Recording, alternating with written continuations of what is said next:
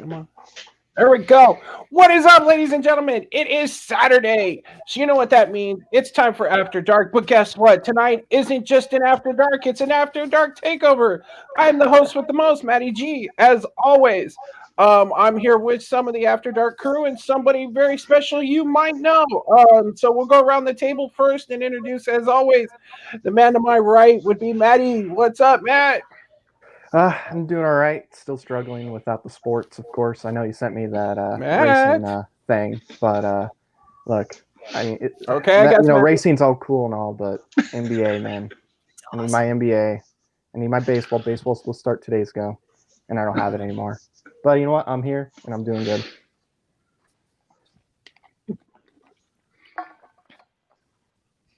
and with that, am I supposed to say anything?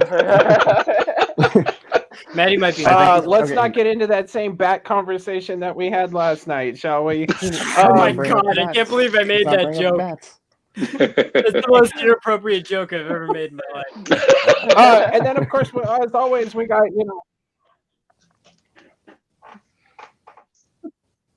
What happened? We got Nikki and Devin. And then, of course, there they go. This is the way. As always, this is the way.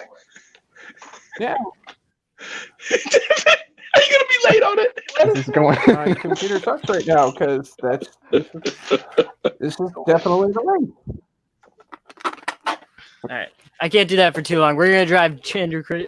We're gonna drive him crazy. Sorry, you didn't introduce me yet. Exactly. This is the way. Spoiler alert. But yeah, I'm happy to be here. We're really just trying to find things to do during the quarantine stuff, and makes sense. It's all crazy. I mean, today we watched a bunch of episodes of Star Trek Deep Space Nine, and that was exciting.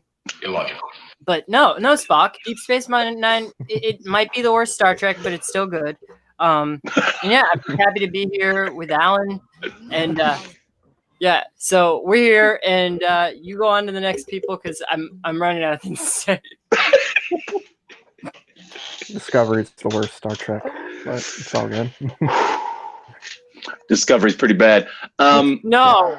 It's Right horrible. on. And as always, Maddie, shut them up. Get them out of here. It's bad. Oh, bad. okay. We're loaded. It's quite bad. We're going. All right. Hello, everybody. Excited to be here again for another takeover. It's don't get mad because I'm out in Hawaii. It's not all Southern games out here. But anyways. Maddie's so delayed right now. He is very delayed. Delayed but never forgotten. Me and Devin need to Is he start watching hosting on YouTube and then just going from that? because we have two Okay, internet this is- connections. All right. Very- There he is. This is going great. This is going great. This is like we barely got on the track and the wheels are already falling off. The wheels are falling off. All right, Maddie, you there? Are you there? I think he's frozen. He's frozen. So you can. All right, screw it. Okay, you I'm can- doing it. We have Nikki. a special guest here tonight taking over. On behalf of myself, I'm taking over the introduction. He's taking over the entire show. We have Chandru the Chosen from the movie Trivia Schmodown. Incredible to have you here, Chandru. I don't know how Maddie did it, but you are a big-time competitor in the Schmodown. You're one of the best competitors out there, especially in our geekdom. How do you feel about being here with the rest of us?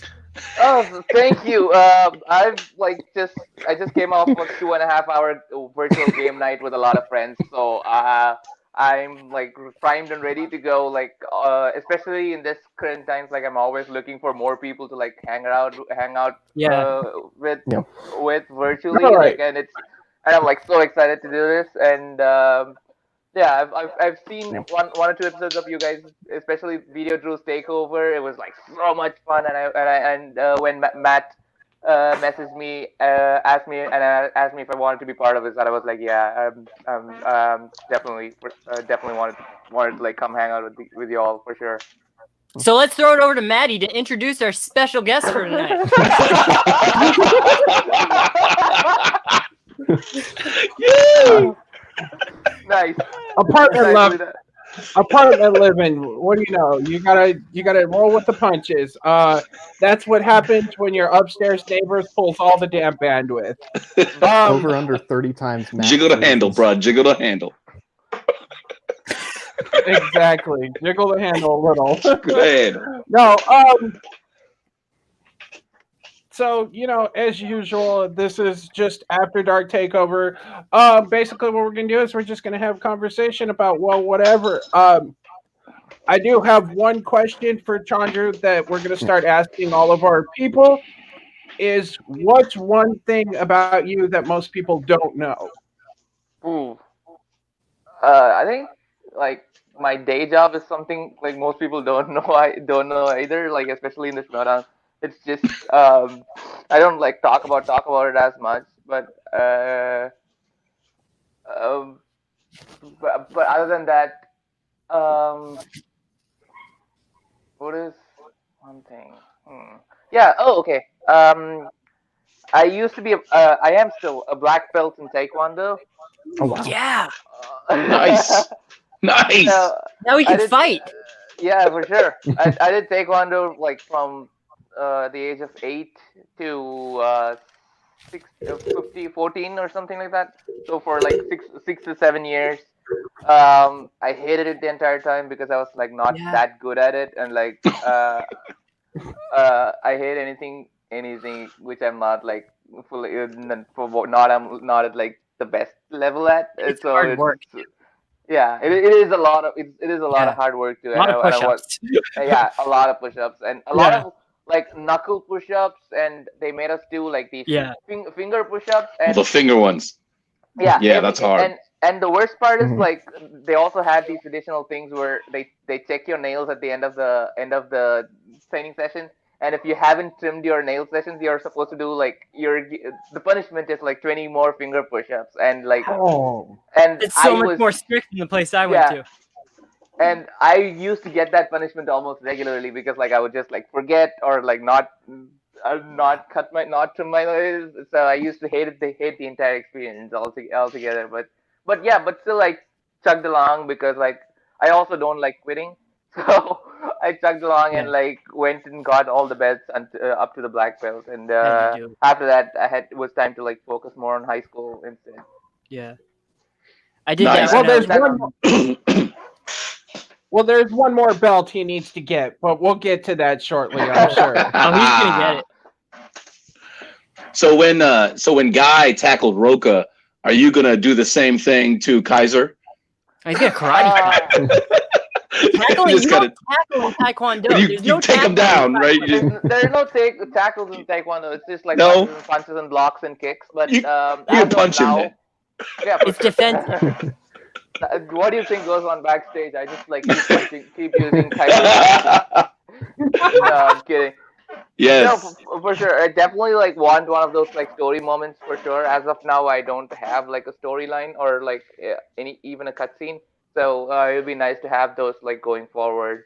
As of now, I'm just like happy to do my thing during my matches and in my promos and interviews. Nice. Lean into the Taekwondo. I want to see that in the promos. Like, I want to see you like doing the Taekwondo in the promos. That would be incredible. He's already doing the dancing though. Yeah, exactly. I got my sticks. Like, I think I got like a couple of sticks and a couple of core personality traits for the chosen. So I don't want to like make it too crazy, too out there. There's enough already that I can play with. But like for sure, definitely. If there comes a time where I have to like kick someone or punch someone or like tackle someone, you know, there's the skills are already there, or like block a punch or kick. There you go, block them. Dancing and fighting are more similar than like non-fighters think. Like dancing and fighting it's the same like skill set. You gotta follow. That's true. Very similar. That's true. Especially like a choreographed fight. It's way more than dancing than like an actual fight. Too. It's just all about the rhythm and like both of you and your partner and all of your fighting partners hitting the same like the moves at the right time and the right place and all that too. So that's why like that's the part of Taekwondo I like. That's the part that comes up in like the belt examinations and so on. It's like the choreographed stuff. The sparring is what I hate, what I didn't like so much, because it's just two people. It's just effectively two people fighting, and and it all depends on who you're fighting too. Exactly, it all depends on who you're fighting. And I was not a very physically active kid, believe it or not, when I was growing up, and when you're sparring, they're trying to assert dominance all the time. So that's what's tougher for me. Like I was always blocking whenever I was sparring. Yeah, exactly. Like I would just like I had two modes, either full attack mode or full defense mode. I never could figure out the combination of the two. So I would like try to kick or punch someone and then just get completely let go of my defense, or just like keep blocking and like never get any attack points. And neither of those are good strategies. And have you ever had any like notable like instructors for Taekwondo? Like, have you ever met anybody that's in like top tier in the industry? Top tier? I don't know. So the person who taught us was my instructor was basically the district head for Taekwondo in Coimbatore back in India. So just that person. I think the state leader, the person who led the state, has also taught us like one or two training sessions. The coach of the state team, who also used to play in the national team, had come taught us for a summer. So I've had like multiple instructors. Awesome. Just that none of those names would sound very familiar, because they're none of them are like at the Olympic level or or like the world championship level or anything like that. I got into karate, martial arts in general. My first instructor was kind of like a stunt cast type thing, but it was Jason David Frank from Power Rangers. He was the first person ever to teach me any sort of martial arts. I have like this picture with him. I'll try to get it on next week, guys. My mom's looking for it. We've been looking for it for a while, but that he gave me my white belt. So that's awesome. Like, that's why I asked that question, just because it's funny, because whenever you go to like these different seminars and stuff, sometimes they'll have like a special guest speaker that'll teach you a few things, and they won't teach you anything that's too outside of the box. Like it's very in the box, but it's just cool to meet people like that. Meet those people. So, yeah, exactly. Yeah. So whenever you're meeting somebody that's like known for martial arts, it's just cool. Mm-hmm. Very cool. All right, guys. So Matt, no bat talk tonight. Nope. Look, I wasn't going to talk about bats. No, what? Keep bringing up the bats. I'm going to talk about the bats, Matt. No more bats. Oh my god. Yeah, last night I had a very inappropriate joke about if you can't eat something else, then eat bat. And I was honestly ashamed of myself, because I've never made a joke so raunchy in my life. Oh no! It was your anchor man. It was an anchor man. Yeah. Dude, I would never say fuck. Don't you know? I would never say fuck. I would never fucking say that.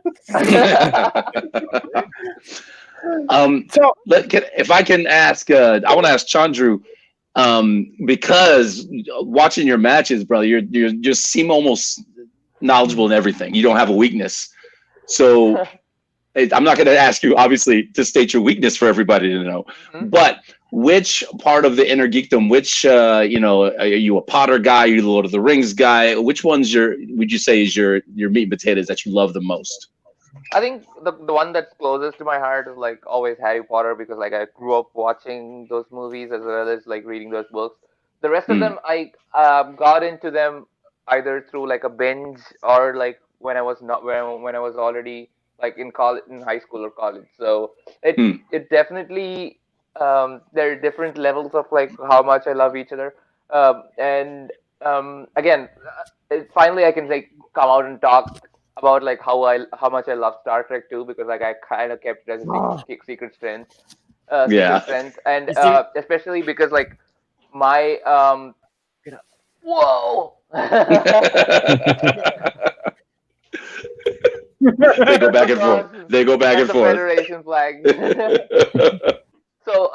my major all throughout undergrad as well as in masters and PhD, it was all aeronautics and aerospace engineering. So Wow. so that's like basically my bread and butter.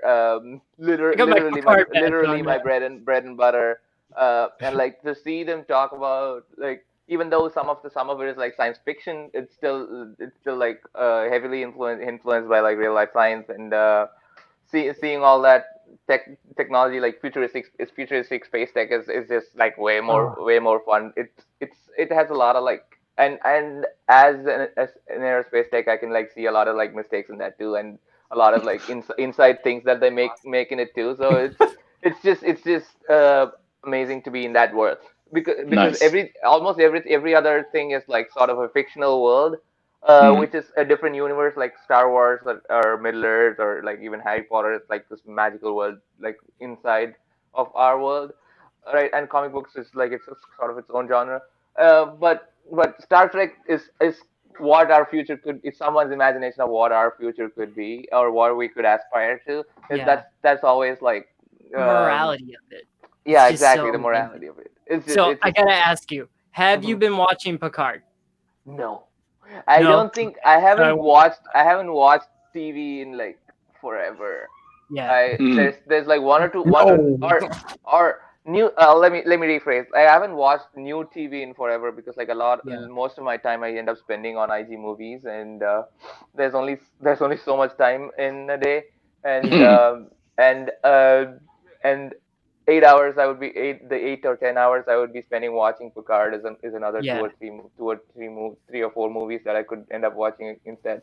So it's just having to prioritize. I hadn't watched Stranger Things season 3 for like 6 months until it came out, and after that I was Yeah. like, I haven't as watched that as yet. soon as I won a match, I was like, okay, this is how I'm treating myself. No more Yeah. IG movies for the next Reward. 8 hours. 8 hours, I'm just gonna binge Stranger Things season 3. So maybe next match I win, it would be our title match. Like after I win that title match, that's what I'm gonna do. Go binge All right. Picard, and maybe binge Westworld season 3 too. I have another Star Trek Nice, question, nice. if I may. What's your favorite episode of any Star Trek series ever? I've only watched the movies. I haven't Just the movies? That's gotten okay. into Yeah. the Well, then I'll the. turn to that. What's your favorite movie? Oh, okay. Oh, that's let me think about it a little bit. Mine is First Contact, personally. First Just 'cause Contact. Yeah, that's a lot of people's favorite movie, man. it's so good. I really like the new ones a lot more than a lot of people give credit for. I'm a big fan of Beyond. Beyond is incredible. Especially among the new movies, it felt a lot. It felt a lot like original Star Trek, and I also I also really like Voyage Home. It's Voyage just Home's good. It's Voyage Home beautiful, is like man. It's great. it's amazing. It shouldn't Yeah. be on paper because of the space whales, but like once you get past that, like once you realize what they're doing, they're trying to save a species to save an entire planet. So it's Exactly. just beautiful in that sense. No one living thing is more valuable than the other. And you were saying that that's my favorite part of Star Trek is what we could aspire to be in the future, like the best of humanity. Like that's a problem people have with some of the things on Discovery and Picard, that is they're like, that's not the best of humanity anymore. But that's what people need to understand. The best of humanity served on the Enterprise. And that's what we saw. So we saw the best of humanity. We saw like some of the gray area with the Maquis in Star Trek Voyager. We saw some other things in Deep Space Nine. But when it comes to the mainstream Star Trek and the Enterprise, that's the best of humanity we're looking at. And we all need to like aspire to be like that, not to have bias, to accept anything in our lives that's different. And I just like that you're into that. I didn't know any of this stuff about you, about Taekwondo. I think I knew your Star Trek just because the Schmodown, and you got in Star Trek in the Inner Geekdom, of course. But that's what this pin is. The ship on Picard is the La Serena, and I got these pins. So I got that one, and mermaid in Spanish. It's a mermaid, yeah. And the captain of that ship, Rios, he has a mermaid tattoo, and it's shaped like this logo. So this is the new comm badge for Picard. For Picard. And then there's another one that's Starfleet. I'm a big costume geek and prop geek. There's another one that Starfleet has, but that's the one thing I'll say. Don't expect a lot of Starfleet in Picard. Okay. So that's something people have been in, like a little bit down on. Yeah, from the trailer and what I've seen so far, it feels like it's mostly on Earth, and that's what I'm assuming. So they go. It takes a few episodes, but they go where no one has gone before. Yeah. Oh, boom. All I have for Star Trek sound clips is illogical, and I am not capable of that emotion. Spock. So everything I have is negative, or I would have posted something. I would have posted like engage or Picard say engage, or I have like the not good enough. Damn it, not good enough. Not good enough. Nice. See, I think Matt left when you said something good about Discovery. I think he hopped out and just waited until you were done saying anything. Hey, listen. Okay, Discovery so great. Is it though? They at least put the focus and the money into making Oh, it. yeah, we're gonna get him started. We're gonna get him started on Discovery. Season 2 of Discovery cost over $200 million because they cared about the show. But Transformers cost hundreds of millions of dollars, and look how good those movies are. But I'm not using that. I'm saying withstanding. They never reshoot TV shows. So they reshot a TV show because they cared about the product they were giving to the fans. And I think season 2 is great. They fixed the retconning stuff. All right, fine. I'll stop talking about it. The director of Dungeons and Dragons, the movie, was the biggest fan of Dungeons and Dragons and cared about it so much. Look how that ended up. Don't you dare. How dare you, sir? Andrew, can you please say something?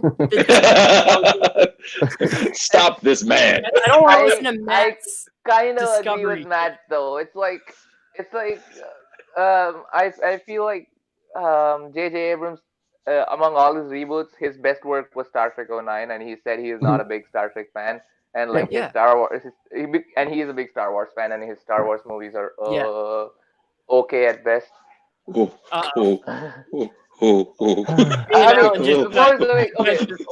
I'll say Force Awakens is great, and so is The Rise of Skywalker.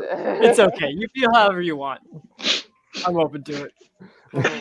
And you can clearly see when he made Into Darkness, he was like a big fan of Wrath of Khan alone, like not of like all Star Trek. Okay, Matt left again. Yeah, he left again. Matt's done. He doesn't want to talk Star Trek with us. And it definitely goes to show you get a little too precious with it or a little too close to it when you're a big fan of something. It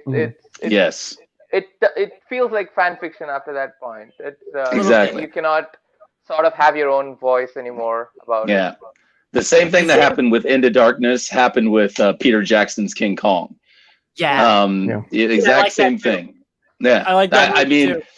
And my biggest problem with both of those films is that they were he was such a fan of the original so much that he got too into it and said, I can make it better because when I played with the toys when I was a kid, all this, not one dinosaur, 3 dinosaurs, not, it's just, come on, man, just tell the story. And if you want to tell that story, great, but be a little more faithful. Don't just flip, instead of Spock dying, it's going to be Kirk. I know it's not a popular opinion, but I actually like Star Trek Search for Spock better than Wrath of Khan, and I like Star Trek Into Darkness better than Wrath of Khan too. I know it's a hot take, but I'm one of those people that Into Darkness, the biggest problem people have with Into Darkness is that Benedict Cumberbatch has the delivery, my name is John. Like, that's the thing. If you watch the original series episode where Khan Noonien Sun is introduced, Ricardo Montalban did the same delivery of that line. He pauses. My name is John. Well, not John. That's Comic-Con. Either way, but that was something that they did in Wrath of Khan that everybody complained about. It's like, well, it's not really a reveal unless you've seen Wrath of Khan. It doesn't fit in the movie itself, but it actually does because Khan always spoke that way. After I saw, I don't know if any of you saw Fantasy Island. Once I saw Fantasy Island, I just imagined how much worse Into Darkness could have been if Benedict Cumberbatch tried to do the accent. So when I heard my companion do that accent, I was like, imagine if Benedict Cumberbatch did that. How much worse that movie would have been. My problem with the casting of Khan in both of those is like they took the job away from like two South Asian people, and that is a whole different issue altogether. And like right, giving a British man, giving a British man the role of Khan, especially in 2013. In the 80s, it's okay. Like they said, it's as long as the person had the brown skin, they could get away with those type of stuff.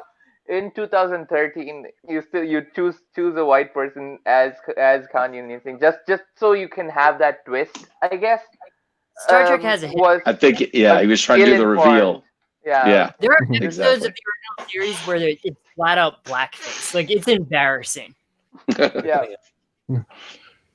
But the thing with Cumberbatch, the biggest egregious there is that it's supposed to be a timeline where it's only changed. It's in the same universe, but it's a different timeline, and it's only changed because the Kelvin was destroyed. Like that's the only reason why it's changed. So why would Khan's race be different if he was created hundreds of years ago? But Yep. So I can nitpick about it, but I still like it as a standalone movie. Right. I mean, I like that Into Darkness as well. And I mean, he was good in the movie, but I can see why that's not a good idea to cast a pasty white British guy to be Khan. But he wasn't bad. But I definitely agree they should have.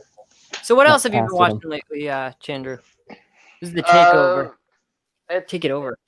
It's mostly movies for IG. Other than that, I've been like watching the Schmodown a lot too. Like while it's if and when it's dropping. Other than that, I know I said I've not been watching TV, but I still watch comedies. It's some comedy TV series just like get my mind off things. So Avenue 5, especially like again because my interest is like in the aerospace and aeronautics and stuff. Is this like really fun comedy about a space cruise. It's an HBO. That sounds fun. Yeah, so it's basically in the future. I think 50 years in the future or something like that. It's the first cruise cruise ship in space, and they go on like an 8-week mission, and then sort of 4 weeks into it, they run into some issues, and the journey ends up being much longer than they anticipated at first. Yeah. So it's a fun sitcom in HBO, and they just finished their first season, and it's amazing. I have you watched really love Orville? it. Sorry. Have you watched The Orville? The Orville? No. I think you'd like that because that's really it feels like old Star Trek, but where like I was saying before, it's not the best of humanity. It's us. Like it's us on a spaceship. Just making inappropriate jokes. Exactly. Like breaking the holodeck because it's born. It's pretty fun. That's why I like Avenue 5 too. Like it's not the best of humanity at all. It's like what would we literally like the most cynical view of what will we look like 50 years in the future or whatever, how many years it was. And I've been watching Modern Family since college for the past like 7-8 years, so I'm still continuing to watch Modern Family. This was supposed to be their last season. I don't know. Hopefully they've done all of their finished all of their production, but I'm like still watching them as and when they drop. I was a big I follow SNL too. Other than that, Westworld is another series I've been like watching on. Especially now I've gotten into like this rhythm of watching and rewatching movies. I try to incorporate like a break of watching the TV show every now and then. So maybe once I'm done with all of these, I'll incorporate Picard. Like just the only reason I've been holding off on Picard is like I know if I start one, I'm just gonna binge the whole thing. The rest of these like I can as I watch them as and when an episode drops, so I only have one episode to go at that point. That's why I've been like exercising so much self control to not watch Picard yet. But these three are the major things. Other than that, I've just like been watching the news and like a Daily Show, things like. You can get Picard for like free that. for the next month. CBS All Access and Patrick Stewart just announced they're releasing CBS All Access for 30 days. Picard just had his last episode, so you can watch all of it within the trial. I can't believe that they did that because like it's a $150 million series that they just gave away for free, pretty much. So that's good. Like a lot of people are doing like really, really charitable things nowadays, especially to help people cope with the times. So so I like. I mean, it sucks that they're going. This big studio is going to lose some money, but it's a goodwill thing, and I hope other people also like do those things like that, because I was like I said, I was just hosting a game night earlier with some friends, and I still had to like buy the game like full price. I think there was when it was, I didn't have to buy the game full price. It was like 30% discount or something like that. Especially because people knew, those game companies knew at this time people are going to look for look for these games that you can play virtually with everyone else, and like these distractions now. So I just hope everybody bounces back. Exactly. And the studios should be the least of our concerns at this point. They'll be like fine. People, yeah, exactly. They'll be fine. Yeah, right. Exactly right. Yeah, it's people. Yeah, exactly. It's people who've either lost their jobs or like are unsure of where their job is going because of this situation. We should be worrying more about and reaching out to more about than anyone else. Precisely. It's tough. So Josh Gad is in this show. I'm looking up this Avenue 5. Josh Gad is in it. Gad is in it. Dr. Hugh Laurie. Yeah. Hugh Laurie is in it. I'm gonna have to check this out. I don't know. Yeah, I gotta check it out too. It sounds like it's right down my eye, Ali.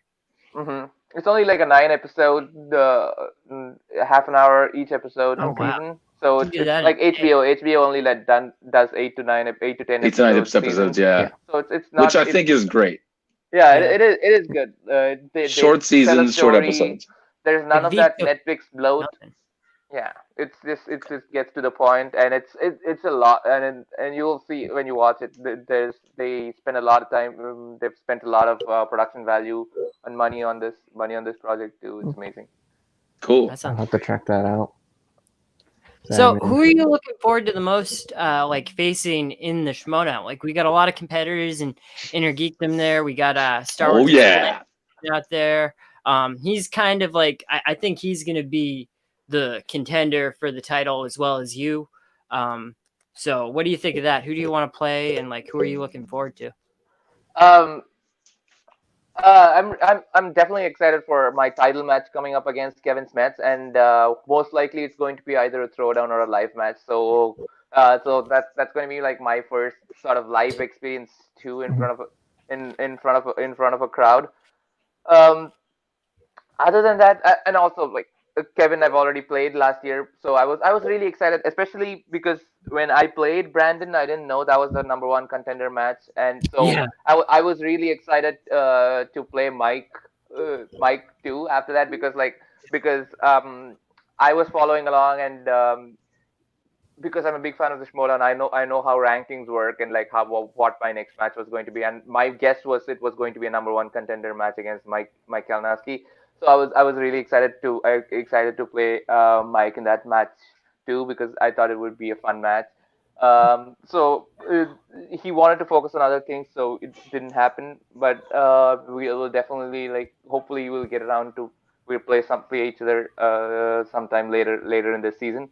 Other than that, I'm really looking forward to seeing Dan Murrell and like what he does in IG. He's like one of my favorite people ever, not just personalities, not just Showdown personalities. Like he's the person who actually who I wanted to see more of, and that's why I got into Showdown, because like I was a big Screen Junkies fan, and I was like I watched all of their stuff, including like Flickbait from 4 years ago, when they Wow. used to do that, and Yeah. movie fights and honest trailers and all of that, and Screen Junkies Universe, and all of that. That used to be my morning radio show, when I was working too, and and so until last season, I was always playing in IG. I was only playing in IG, and Dan was just playing in singles and teams. And that was like my dream match, which I didn't even know I wanted or could happen. And now that he's entering IG, that'll be like a fun match, because in the beginning I was actually watching honest trailers to study for these movies, too. They do great stuff there. Yeah, exactly. To study for those movies too. So just the thought of the person, and their Kramit series as well. Just the thought of playing against the person who actually like wrote and edited some of them, and made those honest trailers and Kramit series, and compared to the person who just like watched and learned from them, is just really exciting to think about. And other than that, Alex Damon would be fun to play, because especially nowadays, like most top 5 players, we we have a balanced wheel. Like, we do pretty well in like most of the wheel slices. Alex Damon is like a specific, still a specialty player in IG, um, which you don't see a lot of these days. Like, the last one I would say probably was Adam Lavick. Still in the top 5. Maybe a little bit Mike Kalinowski. He has, yeah, exactly. No, Adam knows his like comic book movies, right? Like the DC Marvel. Well, I meant Alex too. Yeah. No, Alex. And Mike Kalinowski, you could say he's a little bit specialized, but now that he's studied, he's like well-rounded too. And Alex Damon. I'm not saying he has only one or two. No, I know. Like, he has like his like knowledge differential is like much higher between like Star Wars and every Star Wars. It means Indiana Jones. Yeah, exactly. Star Wars, Indiana Jones, Back to the Future, and everything else he knows. So sort of playing with that discrepancy, where those are the times where wheel slices and luck can play a lot of factors too, and him just like playing in another division is just it's just more fun to watch. I've always wanted to see more Alex Damon, and like last season we only got 2 matches of it, and they were like rightfully championship matches. And playing him would be fun. Robert Parker would be fun to play. I think he'll be defending the belt against Damon. Like, I really think that's going to happen. If not this year, then someday in the future. Hopefully. Damon has a little bit more to go. Especially, I saw his match in Atlanta too. Hopefully he gets he realizes that too, and kicks his preparation up a notch. But he can be easily a big threat in IG coming down the line. And I want to play Mara Kanopik too. That's Mara. She's gonna be so much fun at this stage. Just can you imagine like the amount of quirky energy that'll go on when like both Mara and I are on stage against each other. It's just so many awesome like people that I want to play against, and now IG is looking better than ever, man. I'm excited to play against all of these people. Hopefully, we'll see if I keep the belt. Like, maybe Mara gets well, and like she can get that title match against me. That's a possibility. Yep.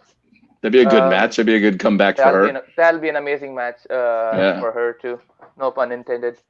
I want to. Did you? I think you were. I don't know if you were on or not. If you were, in the chat.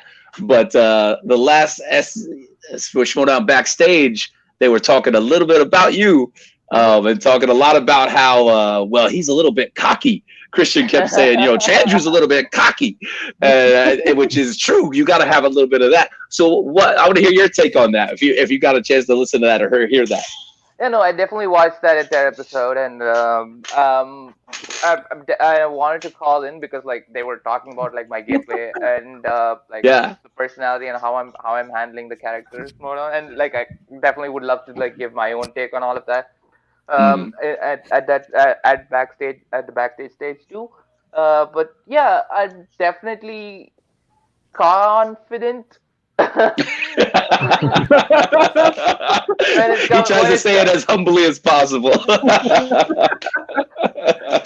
when it comes to IG movies, I've been gaining more confidence too, and it's it just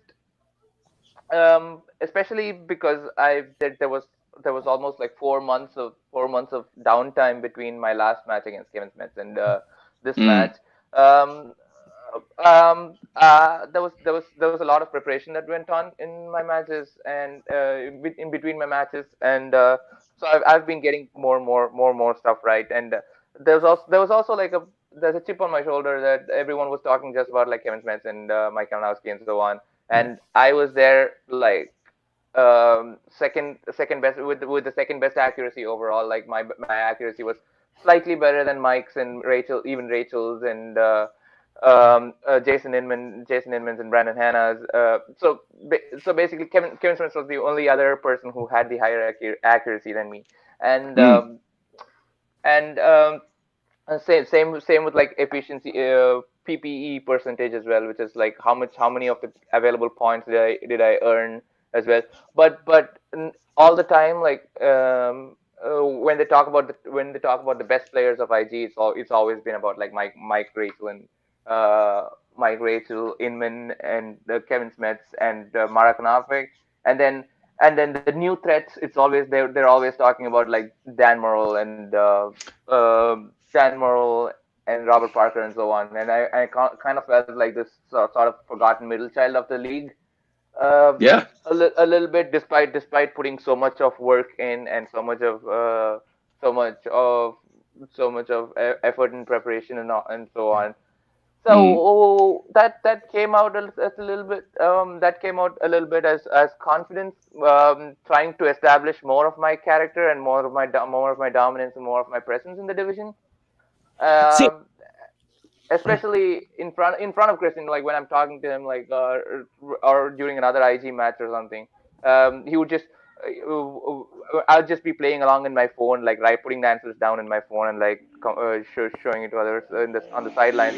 And he once in a while he'd just like come to me and ask, "How'd you do?" And I was like, "Yeah, perfect so far." And it just nice. Well, it kind of. I'm sorry.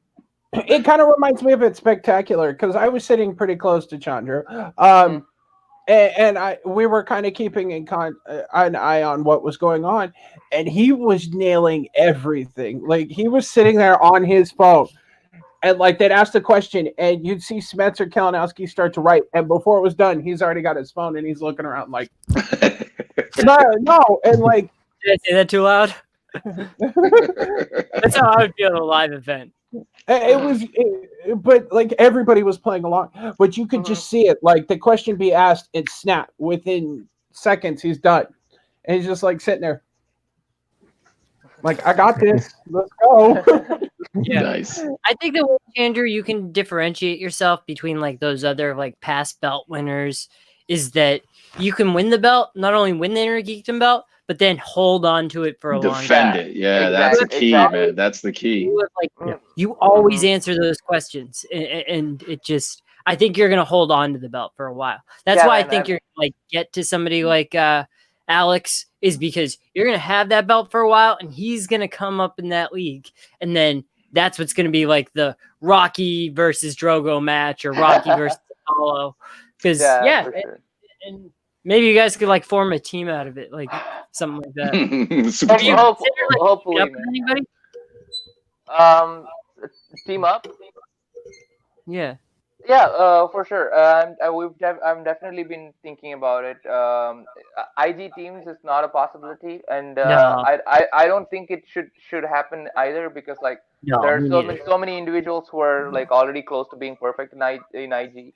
That there's no need for teams to come in and like round out each other's strengths, right? It's just going to be two people basically going perfect on their own, and then getting to collaborate in round two. So it's but regular teams I've been like playing along too, and I've been becoming better at it. as Because well. you'd be able to fill somebody's holes. Because there are people in the singles division that don't know anything about Inner Geekdom, that don't know anything about Marvel, Star Wars, Star Trek, any of that, but they know stuff about classics, 70s, 80s. Yeah. And you could fill those gaps for each other. So I think Inner Geekdom players are underrated when it comes to teams because they have things that they can offer to the team and balance it out. Funny you should talk about classic 70s and 80s, like, because if I were to pick any teammate who I would be like, any player who I would be like a perfect teammate for, I think it would be like Drew McQueenie. Nice, someone like Drew McQueenie, because I think a lot about strategy and gameplay as well, and like he's like a hard hitting like punch after punch player, and his weak points I would definitely say is like the more modern fare and like the more sort of commercial movies which I'm like really good at. But within our team, Lon Harris would have also been like a good teammate. Again, he's similar in that like he knows all his classics, and his weaknesses probably are the movies that I'm really good at. But I wouldn't take away Final Exam at all. Like Paul Oyama and Lon Harris is an amazing. It's a championship team. It's a championship team for sure. For sure. And I am really excited to watch them play more. Hopefully, while the shelter-in-place orders are lifted, the travel restrictions are also lifted. So Oyama can come to LA more to shoot matches. I'm like really looking forward to those matches and their teams matches as well as both of their singles runs as well. Yeah. So because they're gone, the other person I was like pitching as my teammate to my manager is Josh Makuga. It's going to be like, I would love I want to see that. Awesome. I gotta send this to Josh as it is. Like Josh requested this, so I gotta send this out to him. But you and Josh would be the best. Exactly. It's the TV idol from it's the fertility idol from Indiana Jones. Him and Ken on the afternoons requested it, and I made it for them, and I just haven't sent it out yet. I gotta send. That's awesome. That looks perfect, man. Like, yeah, we make a lot of stuff like the Holy Grail. What? The Holy Grail. Yeah, I have to make the Holy Grail for him too. Like, wow. But that part was tough because I tried to make it out of gold filament, and that just degraded. But I also wanted something that Josh could drink out of because I knew he would want to. So I gotta find like a dishwasher safe acrylic. Wait, the real Holy Grail is just made out of wood or something, right? Oh really? Wow. I don't know how to carve though. Like I bet. No, I'm out on that. It's I have a 3D printer for a reason. because in Indiana Jones, that's like a whole plot point too. This guy Walter Donovan drinks from like a cup which is cup of the kings or king of the kings or something like that, and that's like a well decorated cup. And then Sean Connery. And then Indy chooses like a really simple cup, which is almost I don't know if it looks like it made of clay or wood or something, and it's just the cup of a carpenter. And he chose wisely. He chose wisely, yeah. Oh God, Last Crusade's the best in the Okay. So yeah. Okay. I got a question. I got one. I'll just finish up the teams thing. Makuga and I will be like a really fun team that'll be floating around. But Makuga is also like busy with other stuff. We're trying to reunite the Wildberries if we can. Josh is going to play Elliot Dewberry in a singles match. So hopefully we can play the experiment in a teams match too, like our team versus their team. It'll be a lot of fun. We'll see. We'll see what happens. What's that team's name? Makuga and Chandru? I have been racking my brain. I've asked my Facebook group, the Facebook fan group that I train with, and they give me costume entrance ideas and all that too. So we don't have a good name for sure for now. Footloose is is a fun name we've been thinking about. I kind of like that. I like Footloose because you're the dancer, and Makuga dances when he's drunk enough. We're both the dancers. Yeah. He was the first person who brought the dance into this thing. At the friends entrance. when he played exactly. Ellis. Oh Yeah. my god, Yeah, that was that's so much true. fun. That's true. Classic. I think. Wait, no, Okay. Ellis did the Friends entrance when he. Ellis did the Friends entrance. I'm sorry. Yeah. Yes, my Ellis did memories. it. Yeah, So no I just one saw told Makuga doing me it because it was more Mhm. Makuga thing to do. true. All right, Matty G, what was your question? Oh yeah, you were Matt. You had a He, question. he was bombing. Right. Um, yeah, yeah, right. I got one. How do you feel about singles and teams players being upset that Dan Murrell or other players are using inner geekdom slices? Um. So here's my take on the inner geekdom slices. So Star Trek was already there. Like it, people could had put Star Trek on the wheel like a year before or in the past 2 years. Um, um, Harry Potter has been put on the wheel, or Wizarding World has been put on the wheel in Mm-hmm.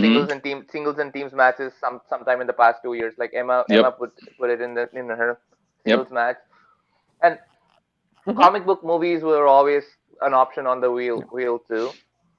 Um, so 6 out of the 8 main categories in IG have already been like in there Yeah. some form of the other.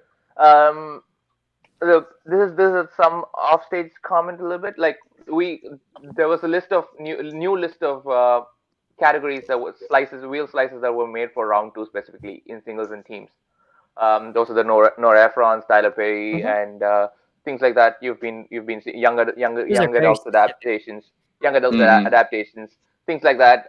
There's so many more that came out. Like I think 30 or 40 new slices, and if the announcement was made that you could choose IG slices also during around that time, it would have been fine.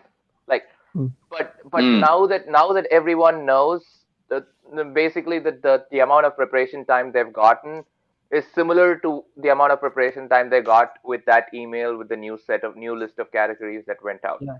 So I think the right thing to do. at this point their movies, um, I believe Middle Earth need not be a category on its own. It's just like 6 movies. It's not. It could just it could very well be plugged into fantasy sci-fi. But if they want to include all 8 categories, that's their prerogative to do so. Again, DCU and Marvel MCU the split also I didn't like. Just have like one Marvel slash MCU slice or Yeah, one I would DC agree slash with that. DCU slice, or just like and a comic book movie slice already exists, right? Wizarding World has it's 10 movies. It's wide enough. It can have its own category. Star Wars and Star Trek is wide enough. It's deep enough that it can have its own category. Okay, Middle Earth 2. I feel like I've talked myself into agreeing to that one. It could have its own category if you want to, but the compromise of having just an IG slice is where what I'm not okay with. Again, I don't. I as of now, I'm not playing in singles and teams, so my opinion shouldn't matter in their decision Yeah, at all. But but it's an unbiased one, so like that's because why. yeah, exactly, because the whole point of some people saying no to the IG slices um, were that IG players have too much of an advantage, right? Mm. But by making it a specific IG slice, they make it such that only IG players have that advantage. If someone is just say Ethan Irwin is just good at Star Trek and he wants to put Star Trek on the wheel, or as one of his slices, he cannot anymore. Um, Mm. so the good compromise could have been just saying only one of your 2 slices on the wheel can be IG slices. That I would say would have been the best way to That's a go fair about way it. to do it. Yeah. That Yeah. would have been best way to go about it. So you can say some non IG player who's like good at one IG category, like Ben Goddard wanted to had put Middle Earth on there, or um, someone else who did yeah someone else Dan Morrill put Middle Earth on there as well during his singles match against Ben Bibiani and Brendan Meyer. So those things should be allowed as long as you don't put both of your slices as IG slices and weigh the wheel too much towards IG. It should be okay. That would have been my compromise, especially because people were complaining about it so much. But the thing is, like, IG movies are also so popular that people are going to love watching those. Yeah. People are going to know those questions. The likelihood of people knowing those questions and like being involved about that round is much higher than like regular movies or even say decades or any other actor, director, or actress. Yeah, That's I mean, a lot of part of the Shimoda is like playing along at home. Like that's my favorite part. Exactly. If you look at if you're looking at the wheel and you already see like one Harry Potter slice or like a DC EU slice, or an MCU slice, you're already like, oh, okay, there is a possibility that the wheel could spin something that I would know four answers about or six answers about, right? So that's one of the reasons I was really excited about IG, especially because like that felt like my division, and I knew more in the beginning when I started watching. Like I knew more about those IG questions than anything else, and that's how a lot more people get into the Shmodown too. And you want to see things that you know, and otherwise it's just personalities answering questions about movies you don't know, which is not as fun as watching them answer questions that you could have gotten or you actually knew before them, things like that. So I am definitely for IG slices. The way it was implemented could have been a little better, but the compromise, I would have done a different compromise than what's going on. Nice. Going on.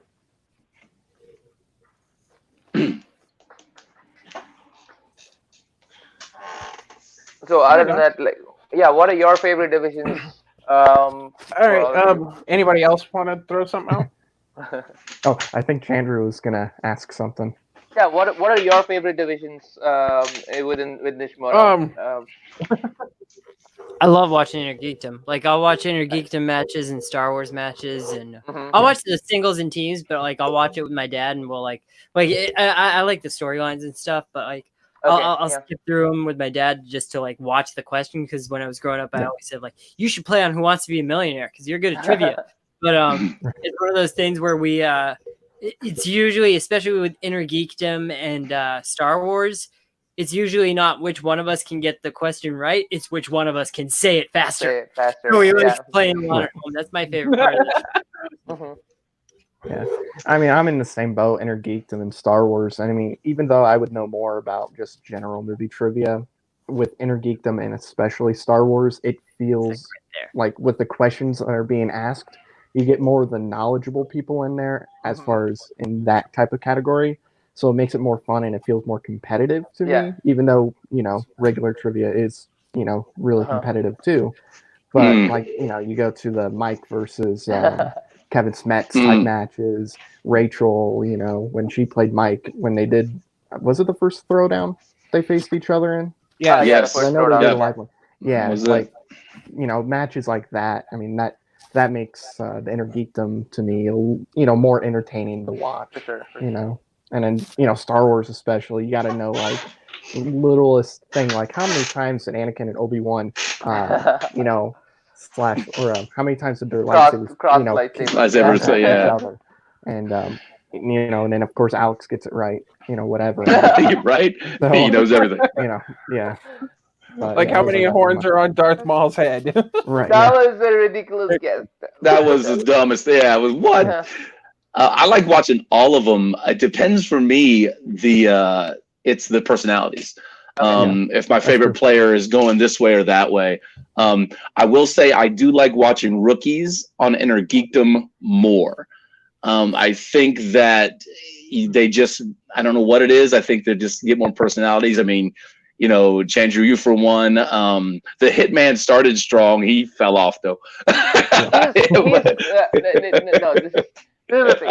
So he gets a lot of flack because he got TKO'd unfairly. And he also spoke a big game before that. But if you look at his stats, he's been answering 80% consistently in all four of his matches or higher, right? And both of the matches he was TKO'd. he missed only 4 questions each in the. He missed only 4 questions each in either of those 4 questions in either of those matches. Just ended up being like the 3-pointer, the 5-pointer, and like some difficult round 1 and 2 questions. But it just so happens that like I ended up playing like 2 of my best games when I was facing him, and that's the level you have to play at this point. You have to like get your threes and your fives and like get your deeper cuts too. And um, if the tournament happens, whenever the tournament happens, because like I just heard it's being they're not doing it over streaming anymore. He would be a good threat to watch out for too. He'd be amazing. I want to get into that one. Like the Intergeek Streamlabs tournament, he was talking about that, and as soon as I heard that, I told people like on my Facebook, I was like, let's start a campaign to do it. Like let's get some of the fan league players in there, since it doesn't matter where you are.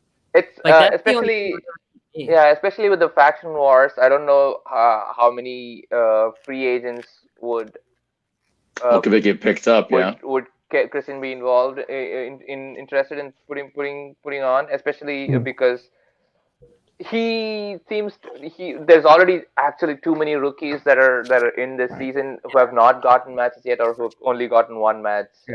So I feel like this season he's already like reached the limit at the number of players, number of rookies he can introduce that he can take in. Hopefully, he'll do more next season. But keep pushing and like show that you have a unique voice, show that you have like a unique character and personality. That always helps, because the last thing we would want is another person coming on stage wearing sunglasses and a jacket. And being deadpan and answering. Whoa! Full on Mandalorian. That's what you want. You want the Death Watch. That was shots fired. That was shots fired. Was that shade? I don't know. That was a little bit of shade. That was that cockiness coming out, sir. That was that cockiness coming out. I like it. Chandru, what do you think about the factions? Just the inclusion of the whole faction idea. What do you think about that? How are you feeling about it so far? I really love the faction idea. It's just it's a little bit more socialization of the entire thing. Everyone gets a manager, not because the league determined you're going to be paired up with this manager, but because that's how it's going to be now. Every manager gets to pick the players.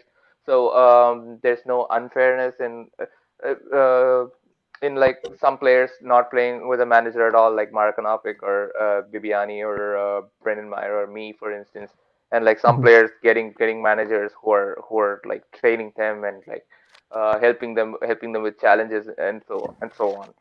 So it's sort of leveled up the playfield a little bit more than it used to be last season.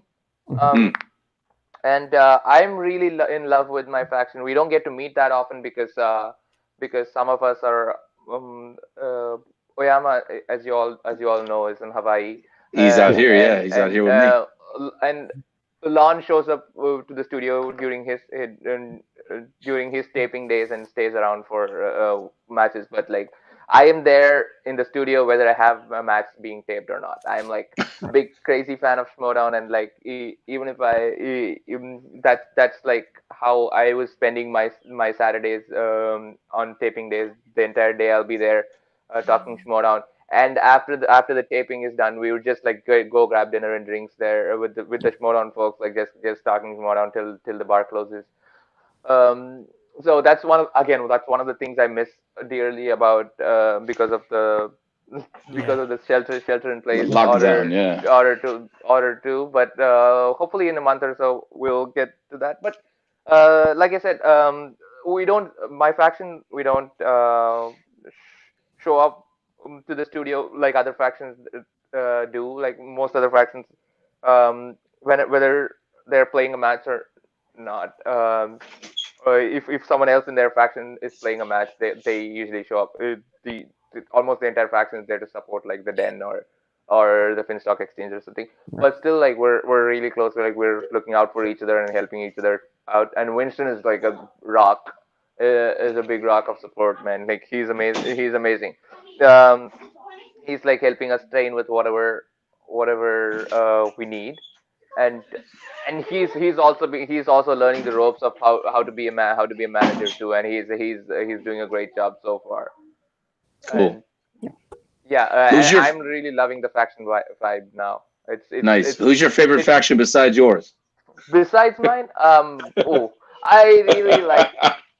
I'm glad you took mine out because otherwise I would just say my faction. Of course. Right out. All right. I would have to say Quirky Mercs. We haven't seen much of them. This season.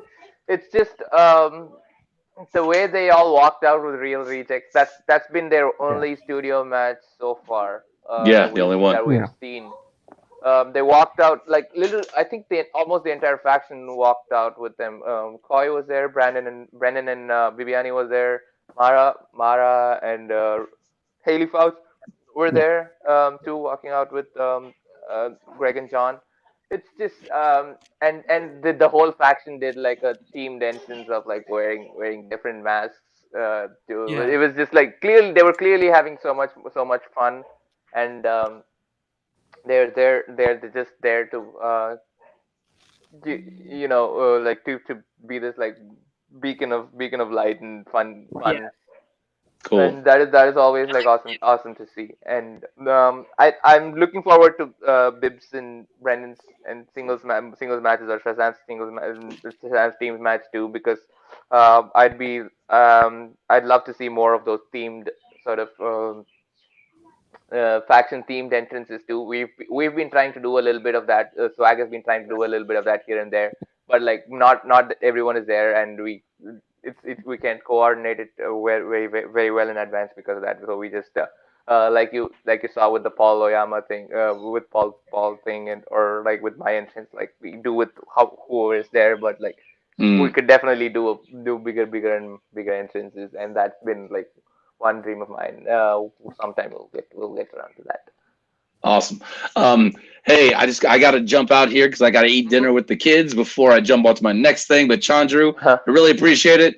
It was a pleasure meeting you, getting the time to hang out with you. So aloha, sir. And I'm gonna watch you get the title, brother. Oh, thanks, man. Aloha, Alan. It was great talking to you. Hopefully we'll talk again soon. But yeah. Shoots, man. See you. All right, Alan. All right, jumping all right, guys. All right, everybody else, stay safe out there. Aloha. Aloha. Then all right. 5. So, and then there were 4. Yeah, 5. Apparently, I can't. Apparently, I can't count today. Oh, okay. So, I'm trying to pull up a picture that I took in December that Caleb covets. It is just one of the favorite things he got to do in LA. So bear with me. Yeah. Just the fact that he actually got to meet Chandru, because he'd met Hannah before. Hannah, when the Phoenix event got the Phoenix event, yeah. He actually drove from LA out here to hang out with him. So that was cool. But then he got to meet you, and it was just. Still wish I would have got to go out to LA. Me too. I'm never going to get that far away from home. Well, I mean, I already had my plans for Florida booked because, I know I had booked for the new ride that they opened at Galaxy's Edge. And then I find out later, Schmodown's around the same time. It's like, oh, great. I will only when they come to Boston just because of like how I can't I can't really travel. I can't sit on.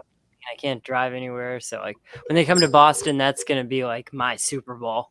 Yeah, I might go to Boston. I mean, it depends when they announce it, of course, because I gotta plan it out with work. But I might go. September, they said September, Labor Day, September, and after. Yeah, I'll find it. Okay. Yeah, I might be. Which the weekend after is going to be the Boston Marathon. No, we gotta see when everything changes.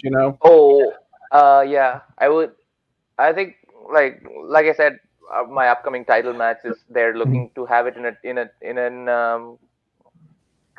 as a live match. So I would love, my first option would be Houston because it's like in a wrestling ring. I would get to meet Booker T too. Like I've been a big fan of his.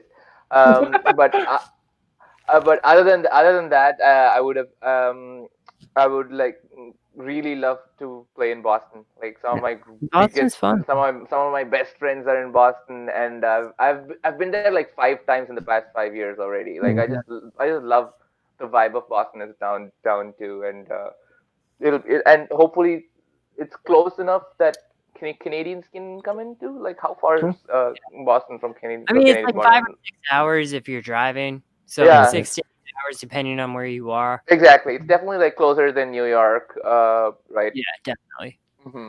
And yeah, hopefully more people can come in like that too. But Boston would be a fun event. But if it is Boston, Roxy's faction definitely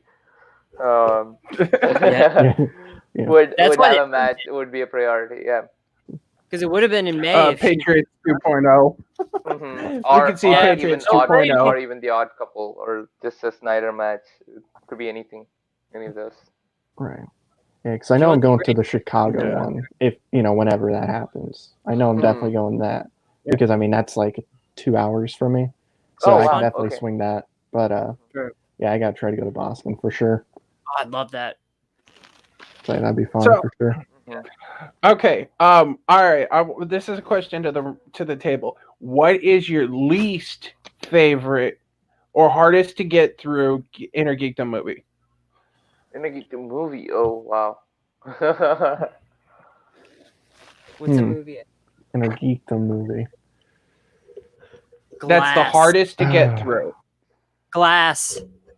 Clone Wars is tough. That's more Star Wars. Glass. Yeah. It's a comic book movie. It's not based on a comic book. It's a superhero movie, but I don't. It doesn't technically qualify for IG. But like, I haven't seen Glass yet. I really like Split, and it's great.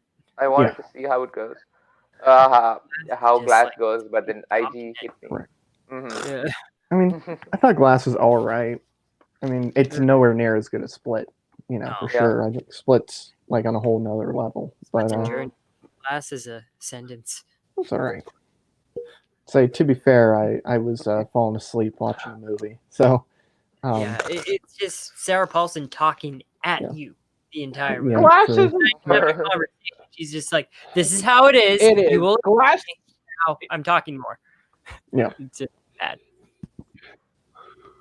Yeah, she's not talking to them. It's like you're sitting next to them, and she's talking at you. Yeah, it's pretty rough. Mine just because my teammate. We don't pick X-Men. My teammate coming in with his pick. That's fun to watch. That's it. I actually it sucks, but it's fun to watch. You know what? It was not that bad. Yeah. It's not bad. They tried to do something with quote unquote Deadpool, and it just didn't work. Yeah, but Ryan Reynolds made up for it. Ryan Reynolds made up for it. Yeah. Okay. I mean, it's not good. Some people would say Blade 3. Ooh, I love Blade 3. Any movie with Ryan, even a little bit of Ryan. I do too. It's just good. I even like R.I.P.D. He's such a delight. Even he makes any line work because like he has this like almost like dry sarcastic humor that and like kind of just his specific sense of humor just like makes everything work and like Detective Pikachu. I want to see a rated R version of Detective Pikachu just because of. Oh yeah. I know they have do it. But come on, guys. That'll come out the same time that the Snyder Cut comes out. No, that's coming out this week. I'm still saying that. We're going to say that every week the coronavirus is here. Okay. Did everyone... He's doing a watch. Zack Snyder's doing a watch along of the Ultimate Edition of Batman vs Superman. So maybe he goes, oh yeah, by the way, check out the Snyder Cut tomorrow only on my app that nobody downloads. It's gonna Vimeo? happen. Yeah, at Venmo or Vimeo. I don't know. It starts with a V. I know that. Yeah. Has everyone gone? Has everyone said their movie? Because I have mine. I say Clone Wars is mine. Go ahead. I mean, it's No. Clone Wars is tough. the movies. That's a good episode of the show. The movie's absolutely god awful. If you're just watching it with the rest of it, it's fine. I cannot watch It's it not anymore. worse when they go to get the kyber crystals with the younglings or the undercover droid storyline. It's not worse than those. I don't know. Maybe it's because I'm not the world's biggest fan of the Clone Wars. Like, I mean, I like it, but I don't love it. So maybe that's why. But I can't watch that. I tried watching it recently, and I got through like 20 minutes of the movie. I'm gonna watch and that just had before I to turn go off. Anakin's in it. Come on, man. I mean, Anakin's in Attack the Clones. Is that a good movie? Yes. It's not. Nikki, by the I way, like Star Wars. Anakin. I'm one of these people. What did you Nikki, say by the about way, it? Anakin is in it is not a good defense of a Star Wars movie. It is. Anakin's the best character. He's a great character. In episode 3. Starfighter pilot in the galaxy. He was a cunning warrior and he was a good friend. He's the best. Are you an angel? Yes. No, it's sorry. Okay, so mine has to be either Electra, Oh, which is just a drag to get through, or there's also Indiana Jones and the Temple of Doom. It's a controversial answer. So hard. No, I'm with you on that one. Temple of Doom is the worst Indiana Jones Temple of movie. Doom is Worse so than Crystal Skull. bad. I said it. It's just very well could be. There's just these like Kate Capshaw is given this like horrible character to play with. It's just this annoying brat, and like short round every he has like every line he says it's turned up to a 12. It's just, and the action is okay. It's so boring. It's boring. It's just the creepy crawly insects and the heart stuff, like the thuggy cult stuff, and don't even get me started on the racism against Indians in that movie. It just hurts my soul to watch that movie. And Temple of Doom sucks. and Indiana Jones was like not even my favorite character to begin with, because like the whole misogyny aspect and like the whole colonial, like modern colonial aspect of him just like going around and local tribes and stealing their artifacts and so on, just because he's an archaeologist, it's okay. But then the Temple of Doom is like the worst of it. It's just Last Crusade is the best. Last Crusade is the best. Crusade is the best. It's Temple of Doom. It hurts my soul every time I watch it, but I have to.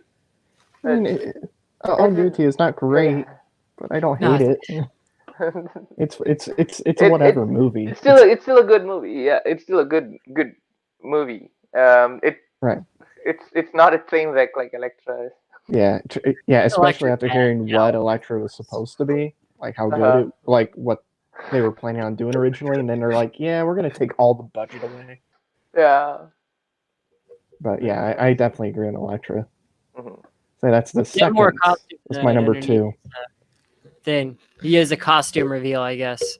He does this every week where he wears a costume and then he covers himself up, and so I don't even know what it is. Okay, well let's put him on the spot. Wait, Devin has a costume reveal? Yeah, it's underneath what he's wearing now. I guess. Wow. All right, here we go. That's what that was. The entire time I was like, man, Devin has a really small head, but he's like so buff. This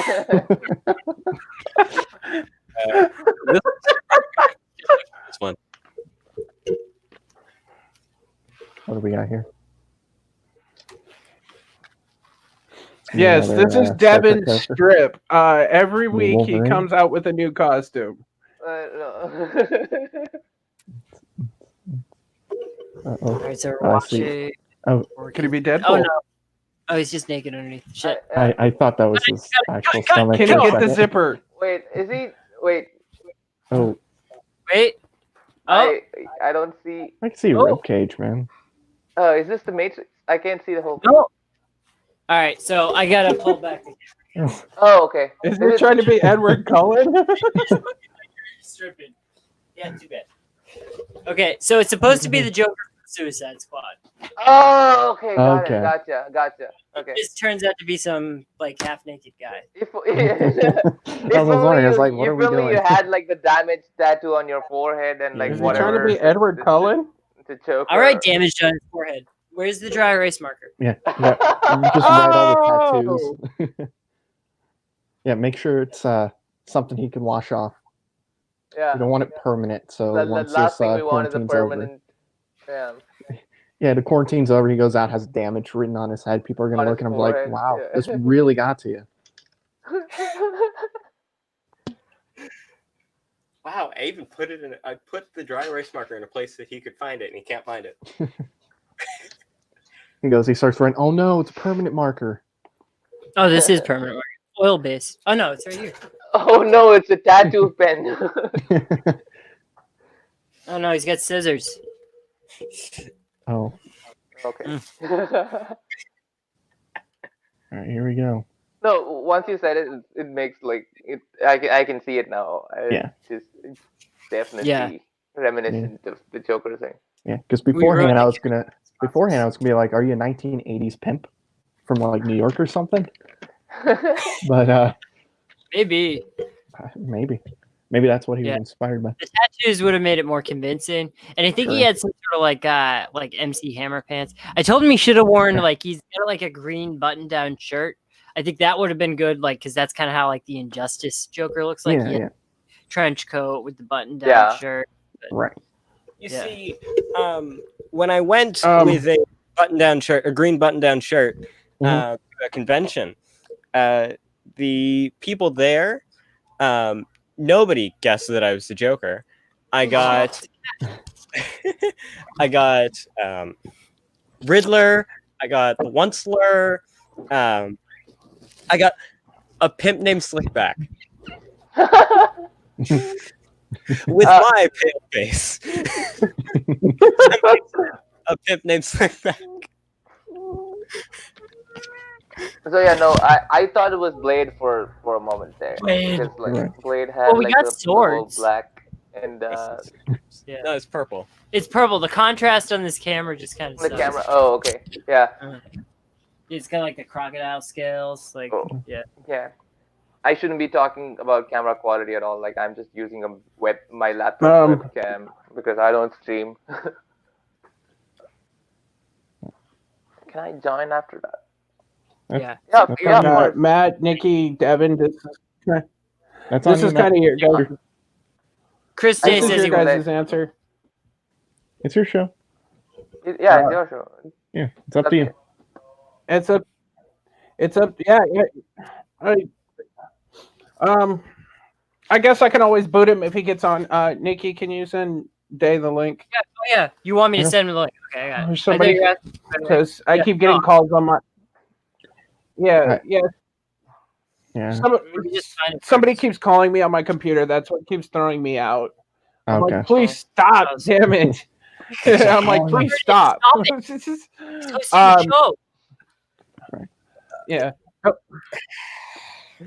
Because I've gotten calls on here, but it just says call. It doesn't kick me out. Did you get Chandru when you? Is it Alan? Yeah. Chandru, did you think you were gonna get as big of a like audience reaction as you gotten? Because you've become very quickly a fan favorite. Like audience reaction about what? The first match or like you become a fan favorite.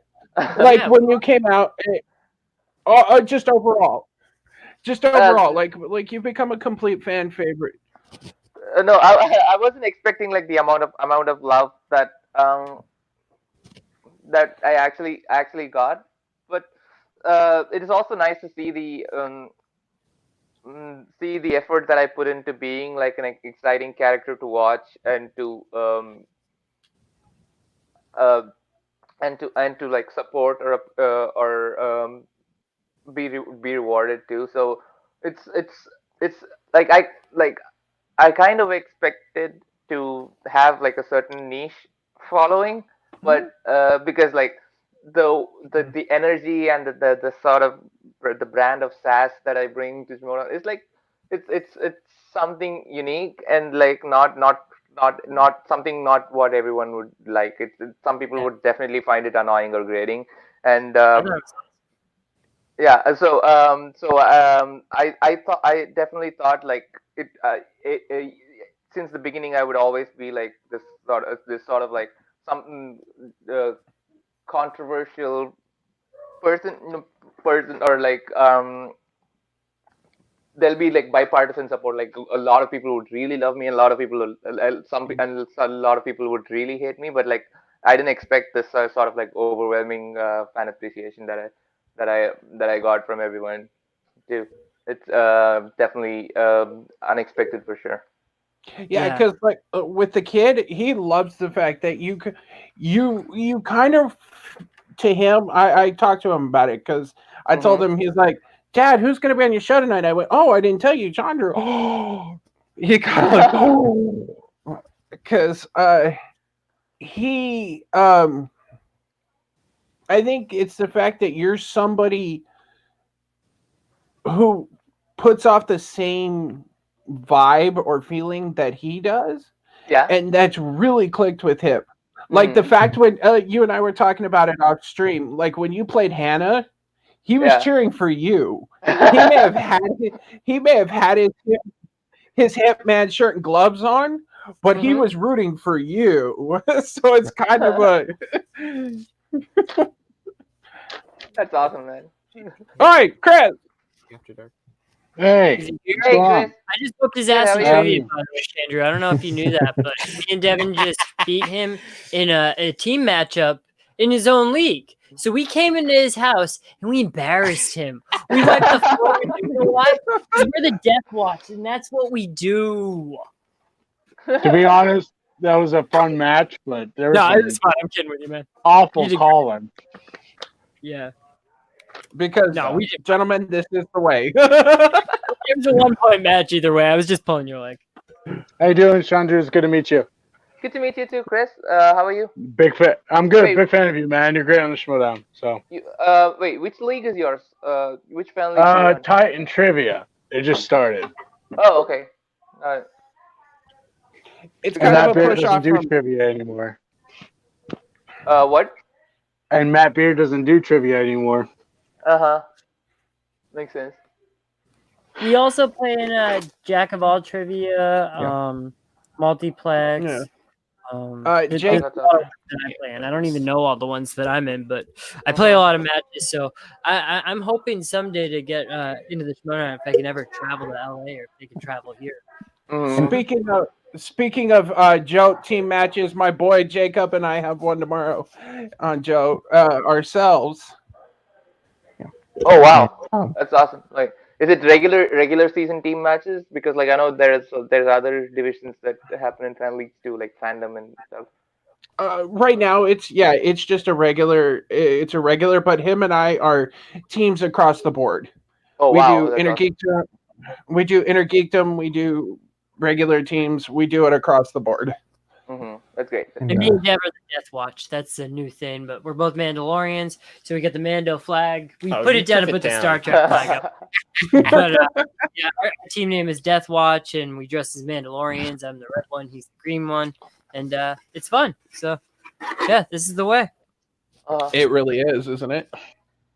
And then on our channel here, it's a debate league. Yeah.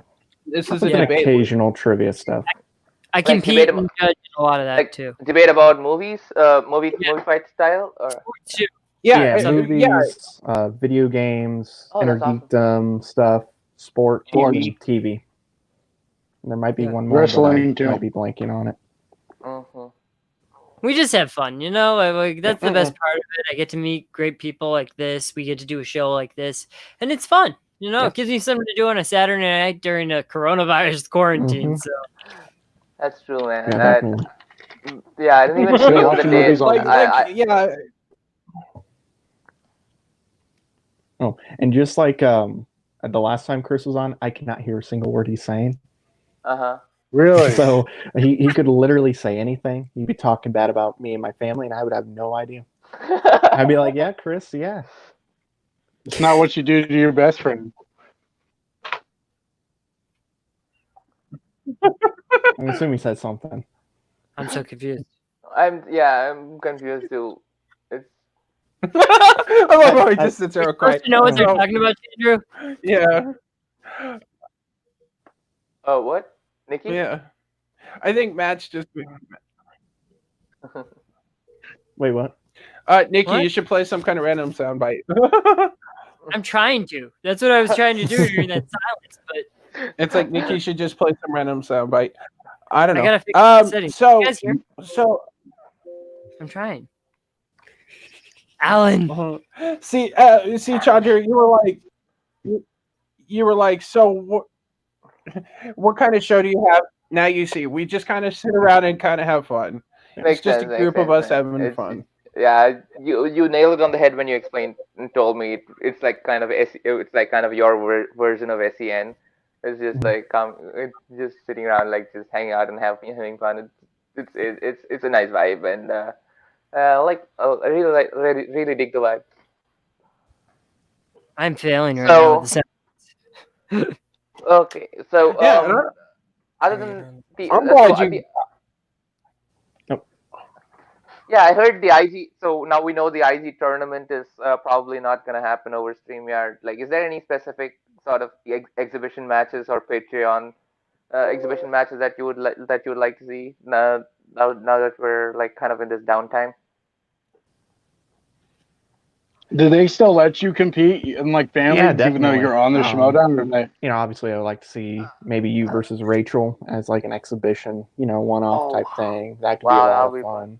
Mm-hmm. I don't know, maybe throw Sam Levine back in, get some of the retired people, in there, or I don't know, maybe have I don't know how it would work, but maybe have somebody play themselves in a way. If they do something like weird, Lon Harris, weird you type of have match. the professor versus the delinquent. Oh my god, Yeah. it would So be it's like it the would complete work opposite of great the other. in like a it would work great in like a studio match, but with editing and stuff. But with a StreamYard, it might be a little bit more difficult. But that's such a cool idea, though. Yeah. I'm really excited about or Drew Guy, Debonair Drew versus Dastardly Drew. Oh no, that's that can go off the rails like real fast. Wow. Yeah, those type of matches will be fun though. The one playing themselves, that'd be pretty hard to pull off. Like you said, because of the editing and like you would have to almost do it perfectly. Yeah, exactly. But that could be cool if it works out. That could be a lot of fun for sure. That could be a lot of fun. Just the two faces of Lon would be great. Just you have him sitting there, with his pipe, just real intellectual, and then switch over to the other. Yeah, you have Lon, the professor, and then you have Lon, the neighborhood drunk or whatever type thing. Where he comes in a wife beater or whatever, and then you have the more suit and tie Professor Lon. Wow.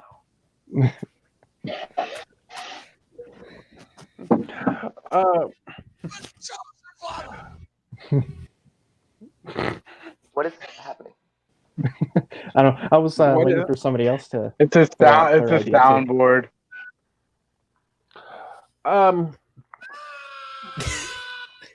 That's the Mummy trailer, which they replaced in the actual movie. So that's not in the actual movie. It's just in the trailer.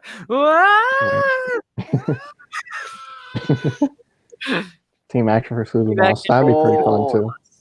How would that even work? I have no idea.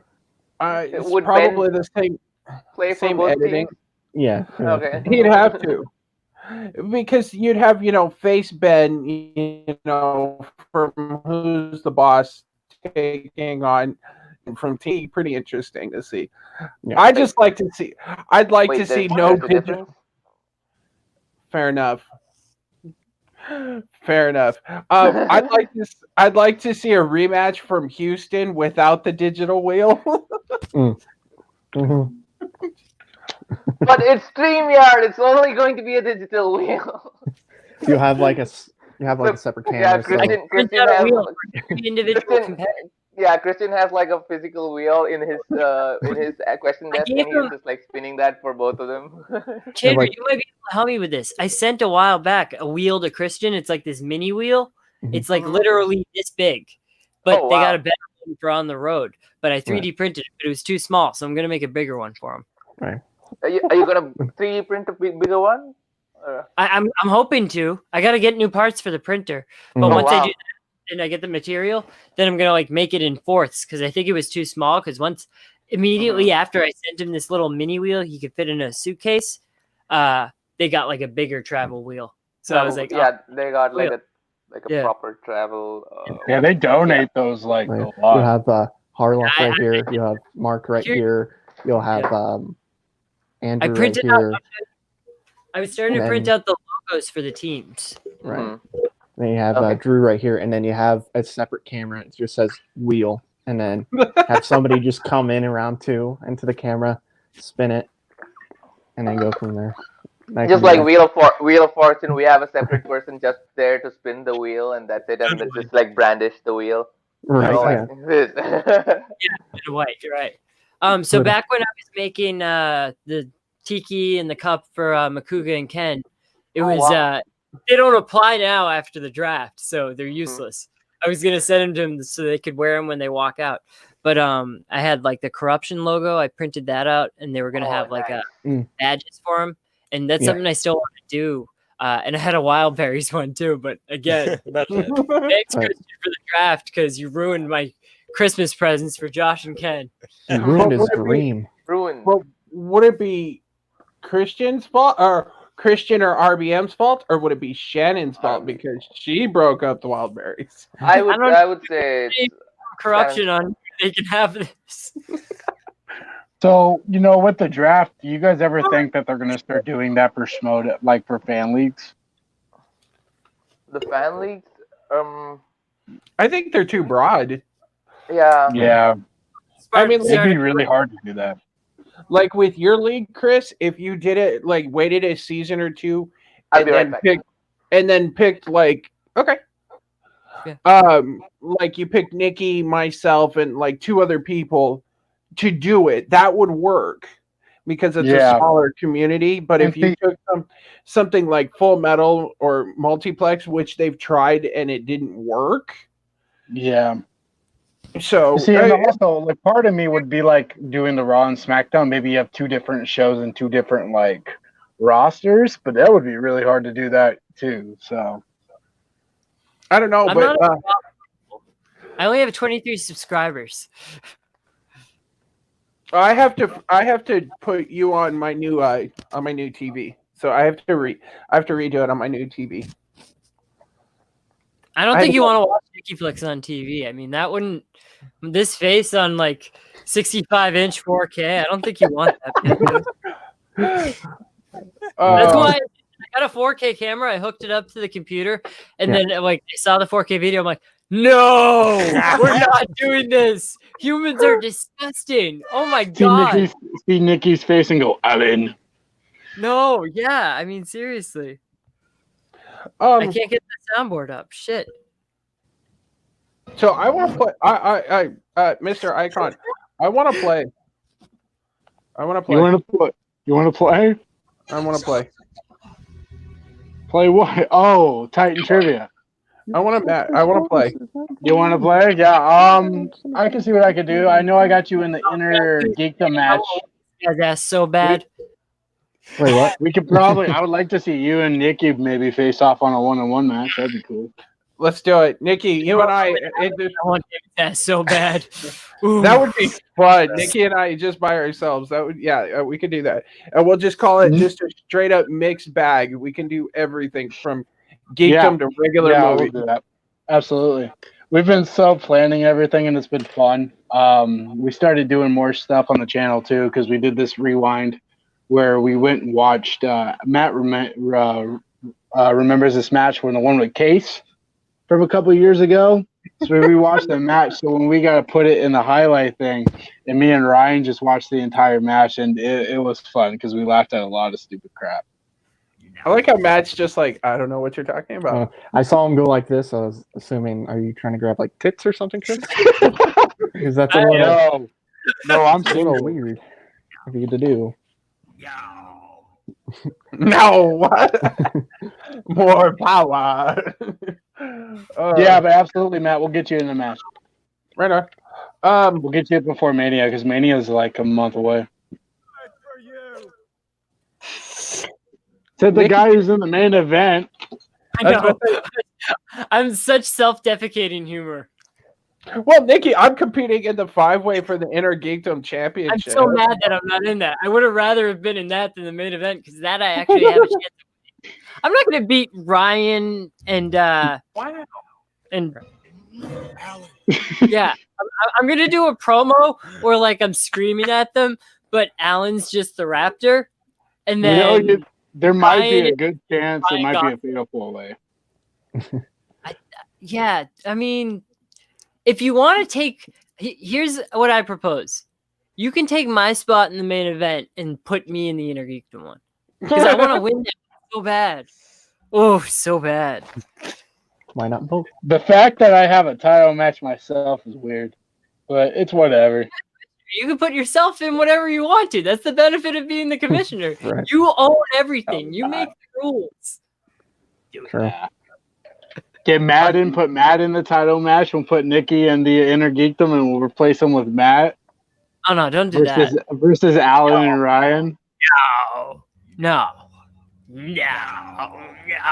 You will die. No.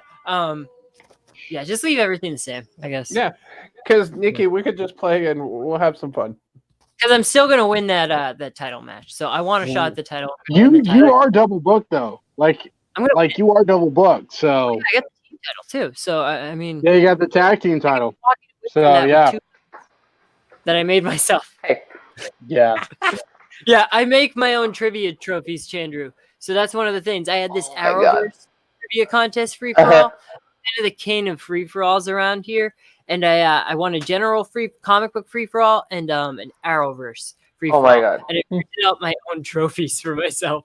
That was kind of sad, but I was printing. It's not sad. I mean, it's an accomplishment for me. But I was planning on sending it to whoever won, and it just so happened to be me. So that's awesome. And then he was going to make himself one for I think I might have been in my that league, comic book free and for then he all. lost. I could be wrong, but if I was, I know I got knocked out pretty quick. Oh, it's awesome. Knocked out quick. I got knocked out in 2 minutes. What's up? I've been looking to get some IG stuff made too. I'll hit you up separately about. Oh yeah, those things. no, I'd love to print you stuff. I want to print a mask for Video. Drew thought it was cool because she saw the helmet. She wanted like a mask for the Schmodown to come out with. Wow. I gotta hit her up for the design. I could do that for you too because Outlaw has his mask, and it's just like it would be so cool if he was just embarrassed. You know, like it's like you got that mask for $1 on eBay, and we got these custom made shit here. Made 3D printed stuff. Yeah. Like, what would you want your mask to be? Like, would you want just a mask or like the full helmet? I'll message you separately about this. Like, you don't need to talk about it here. Like, I have some entrance ideas, and that'll be fun. There's some props I'm looking to get. Like, I wish I could show you the trophy, but I don't know where I put it. He's like, it's down here somewhere. I might have to message you about doing something to Nikki, and I'll pay, of course, if you want. You pay? Awesome. And if you want. Yeah, because I have the 3D printer. I would like you to 3D print me a girlfriend. That would be great. After I print one for like weird science style. It's just like weird science. Yeah, weird science style. Yeah. Nikki, his preference is Margot Robbie. Let's just. Hey, I mean that's everybody's preference. Wait. Okay, my brain is breaking right now. What is happening? What's Devin doing? His neck's long enough to do that. So, I'm gonna go find that trophy. He looks like one of the girls from Minority Report. Look at me. Now look at your man. Now look back at me. Oh my god. Looks like one of the girls from Minority Report. It's so unsettling. Yeah, it's so lifelike too. It's oh god. There you go. That's a question I got for everybody. What should be something that's included in Inner Geekdom that's not? Like, I think kaiju movies, like large. Fast and Furious. No, fuck kaiju. Fast and Furious. I agree. I mean, they're going on what, 10 movies now?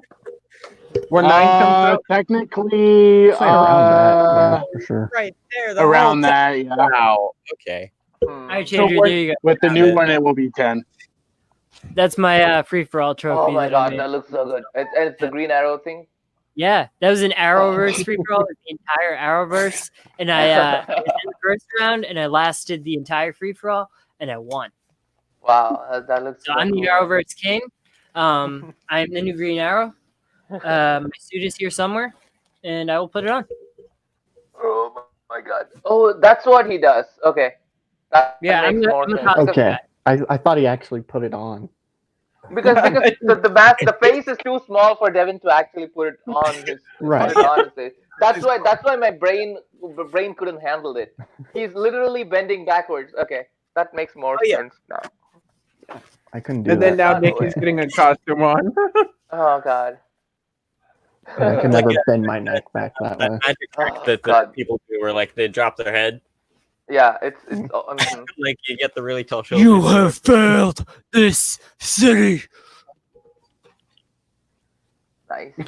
He just- There was once I wore this, or not this one. I wore the older one to a convention one time, and there was this girl that came up. She's like, "Daddy, that's the Green Arrow. That's the Green Arrow." And then she took a picture of me. I'm like, I don't look a thing like the Green Arrow, but You were she close took enough. a picture of me because like, the costume's enough. legit. People like legit Because costumes. he has a goatee too, doesn't he, in the show? Yeah, I don't have Kinda. anything like that. I was gonna invest into a Oh my Fake god. authentic costume, and then I discovered it's too much money for me, so I didn't. Do See, that. I get ones that you can wear practically. Like this jacket, I can wear anywhere. Like Right. I don't In have real life, as the practically. Green Arrow. It's just a cool jacket. Same with the Arsenal one. Like I love that jacket, so I wear that I used everywhere. to because when I was doing I did a fan made Batman film. I had to literally had to. and I was like, hey. Go first, and then we'll go to Chris. So what were you saying, Matt? Okay, I say I can't hear Chris, so I didn't even know he was talking, or else I would have just let him talk.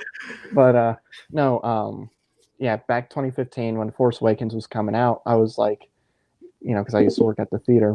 I wasn't working there at the time because I just got back from college, and I was like, hey, if you want me to, I can dress up as Kylo Ren, because they had like somebody dressed up as a Minions. Because I was like, I'll get an authentic costume. I'll go around, and then people can take pictures, whatnot. It could be a really cool thing. And they're like, yeah, totally.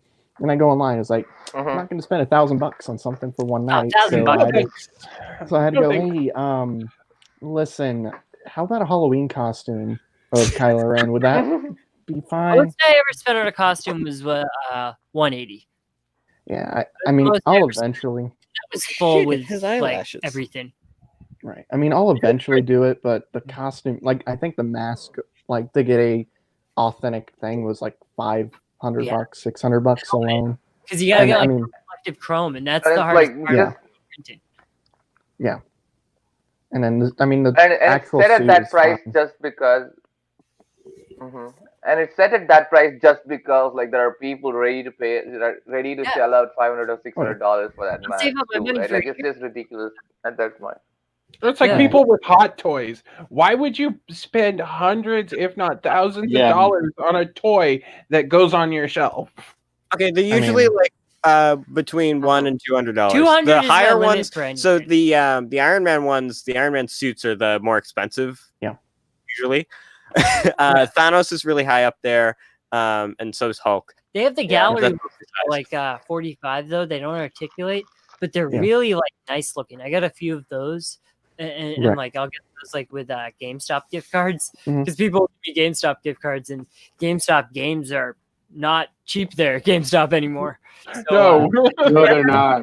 Yeah, they weren't. I would agree with you, Matt. Why spend a couple $100? But then again, I did get the Baby Yoda hot toy. That was like $350.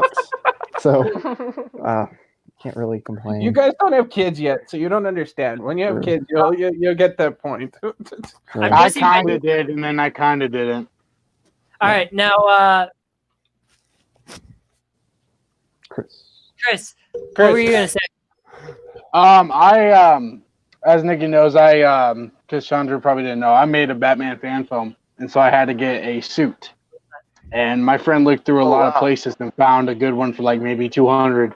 The bodysuit itself was like maybe 50, but it was a really nice bodysuit. And then my other brother made a cowl. So it's interesting because I go through some of these sites and people are willing to pay whatever they want for price. So I'm just surprised on that. Wow, Chris. You still can't hear me, can you, Matt? I hear him. What I'm working on right now. So the bodysuit is like just $50, you said? Yeah, I was around that. Somebody handmade it. Oh, okay. Wow. I'm working on a Robin suit right now. That's backwards. Back. Yeah, and this is gonna be red, obviously, but I've got it's the R still reversed and stuff like. Oh, no, magnetic. No, it was fine. It was fine. Yeah. Yeah, there we go. But it's gonna be that, and then the like ab pieces. Oh it's man, an amalgamation. Like I traced over some pictures of the Titans costume, but it's not exact. So then I made like the abs are shaped like birds. So like the abdominal pieces are shaped like birds, and that's gonna be painted red. Nice. So like that's gonna be like, and it's like this thing's tough. So like it's gonna be functional. Damn. So, see somebody fighting crime, TV dressed like Robin. Yeah. That's so cool. Now I know who to cast as Robin. So Nikki's gonna go out and start running around Boston, fighting crime. Right. He's gonna hang out with the Boondock Saints. There you go. Oh yeah. Boston's a city to be. Yeah. He's gonna fight I'd have coronavirus. to take a train to get like to the main city. And then Nikki gets coronavirus. Oh, he's gonna fight it, and as it's coming, is it bad over there? This is not your city, and then it's gonna go away.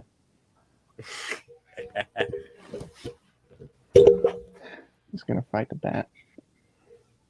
He's gonna fight the bat. No, fight, not bite. Say, fight we the gotta bat. be bit it. Fight. What the hell? I'm here alone now. Devin's putting your shirt on, and I didn't want to. Too bad. Hey Nikki, how bad is the coronavirus up in Boston? I don't have it. We barely hear. I don't have it. You know for sure. We'd be stuck Because at home. I got grandparents up there. So. I just my grandfather's kind of like in a nursing home, and they're not letting anybody see out. Yeah. Yeah, true. God, I used to work at a nursing home. I couldn't imagine what it'd be like right now. Yeah, now that Devin has mom did too. Right.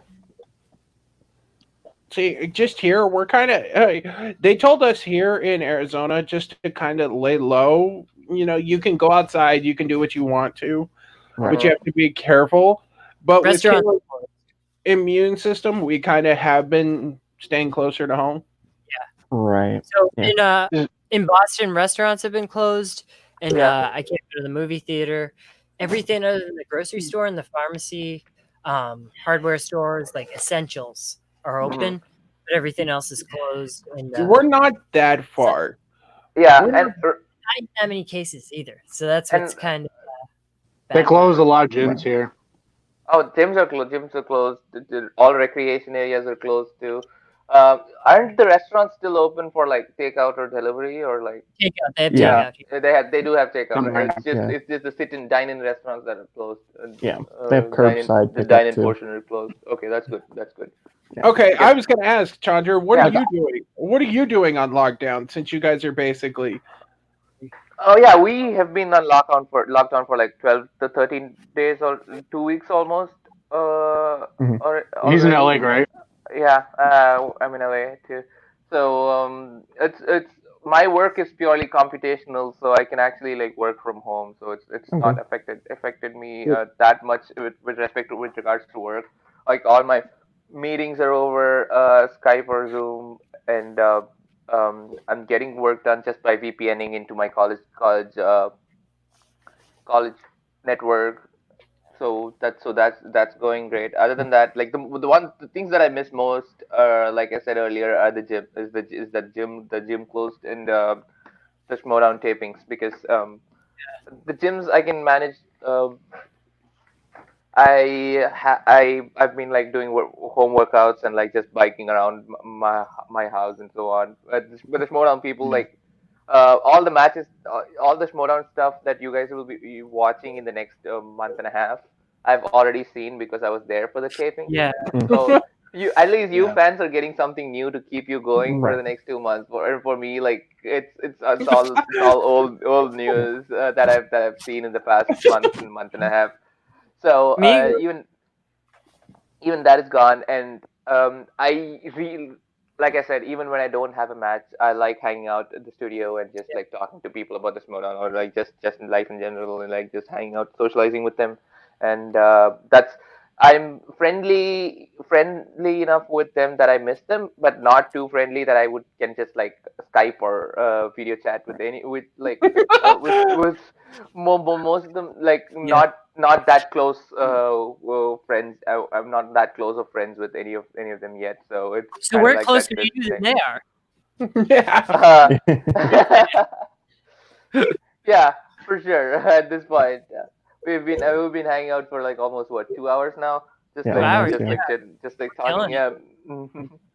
So that's one thing I miss mostly, and usually like mostly cook at home. So that's been Yeah. I've been cooking more than usual now, which is Yep. something I actually like doing. So that's not too much of an issue. And the We like Schmodown to cook. stuff, oh, that's awesome. And the prep for Schmodown is what is keeping me sane, and like is what is keeping me busy outside of work. When I because like I try to stop working at 5 o'clock, especially when you're working from home. It's so easy to just keep going until the night. Mhm. And as soon as I stop working, I take a break, and Schmodown prep seems like a nice.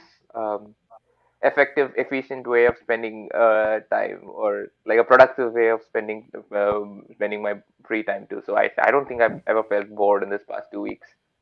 That's good. Yeah. And we're pretty much under the same boat in Indiana. We haven't been Uh-huh. under the stay-at-home thing for as Yet? long as you guys have. Oh, okay. Yeah, yeah. Like it'll Do be they a put week on state of emergency on you guys Wednesday yet? because they announced it on Monday, but they Oh, gave okay. us a couple days.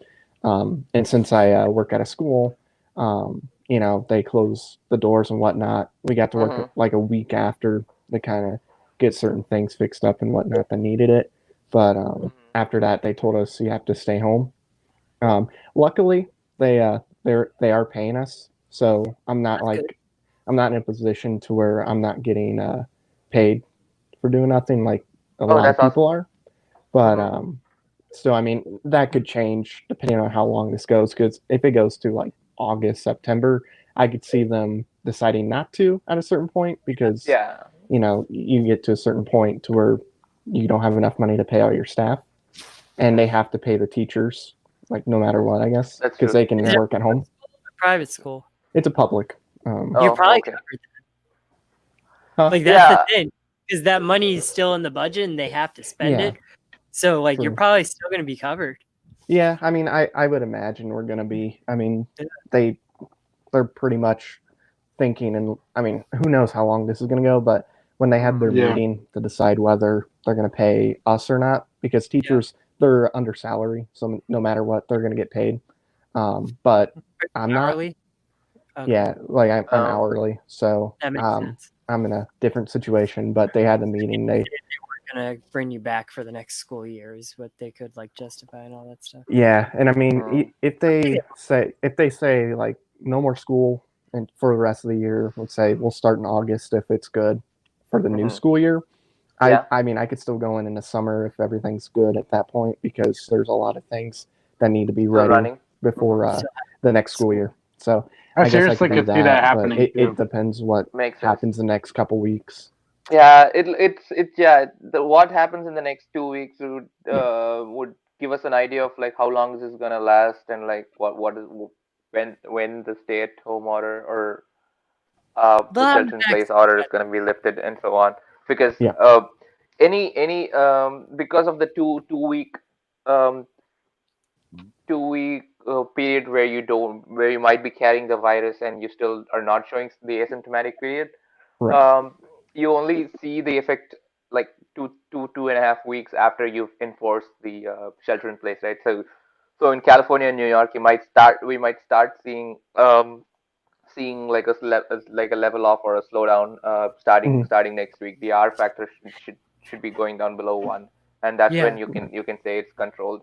And it's going to take like the next 2-3 weeks is going to what it's going to show sort of give us an estimate of what the time frame is going to be. But I don't think it's going to last till like August or September. No, I don't either. I mean, I've been saying it's that'll be the worst case scenario. Yeah. Yeah, I think June is when it's going to end. I don't think Black Widow needed to move their release date. Like, I think it's risky. I feel like when American theaters reopen, they're also going to do something like what China did, which is like open with Avatar and like the Avengers movies and so on. Because no new movies would want to take that risk of first week of theaters back open again. Right. Church for me, right? So like my only like social communal thing that I do every week. So like that, the only time I get out of the house, like out of this one single block radius, because like the grocery store's right there, Devin lives right there, and it's just all in like one block. And then so going to the movies is like the only time I get out of that like bubble, and so like not having that has just sucked. Like, I hate that. The biggest thing I think also with the film industry and everything that's going on is if you look at who is the biggest studio that's took a hit, in my opinion, it's Universal. I mean, they've pushed James Bond into November, and then they have to push Fast and Furious 9, which I was excited for, to next year. Like now it's a year away. Like I think Universal has taken a major hit, and it did to me too. I was heartbroken when I found out. Like that's one of my top 5 most anticipated movies of this year was Fast and Furious 9, and Matt probably doesn't agree. But like, do you see like Universal kind of doing what Avatar and Avengers? Do you really see like other studios like putting movies like Fast and Furious and Jurassic Park back in theaters for free? For free? Yeah, like Avengers are just putting them back in theaters, because I'm hearing they're also putting movies out for free for people. It's not exactly free, right? Because you wouldn't. Then you're actually incentivizing people to again congregate in a public space. I think what China is doing is the studios are not taking the money.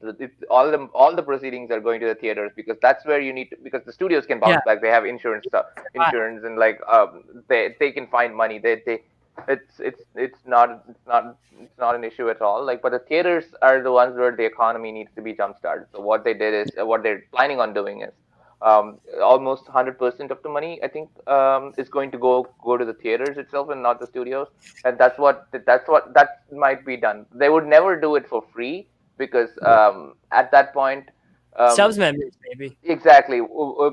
If anything, if they're providing movies for free, it would be for streaming. If they would to encourage people to like stay at home, because like it's not like one day suddenly the virus is going to go away, right? It's just going to be in control. So you would still not want to have packed theaters. We would still be sort of isolating and like sitting far apart, 6 feet apart and stuff like that. So the studios might say, "We'll not take the money. You can all of it can go to the theaters, because they need the money more than anyone else." And I do think that's. Go ahead, Nikki. I think it's going to be more of just the virus itself. I think it's more like we're going to get the vaccine sooner than we're going to get like isolation eradication type thing. Just because like science is already like there. Like they're already taking plasma from people who have survived the coronavirus and giving it to the people that haven't. So I wouldn't do that. but soon the vaccine's gonna be. It's gonna be there. Like they just have to like test.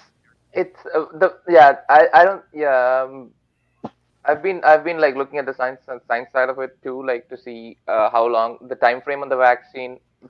Even at this expedited pace, it's going to be like a year at least. Yeah, at 10 months to a year. So that's not what would control the outbreak at this point.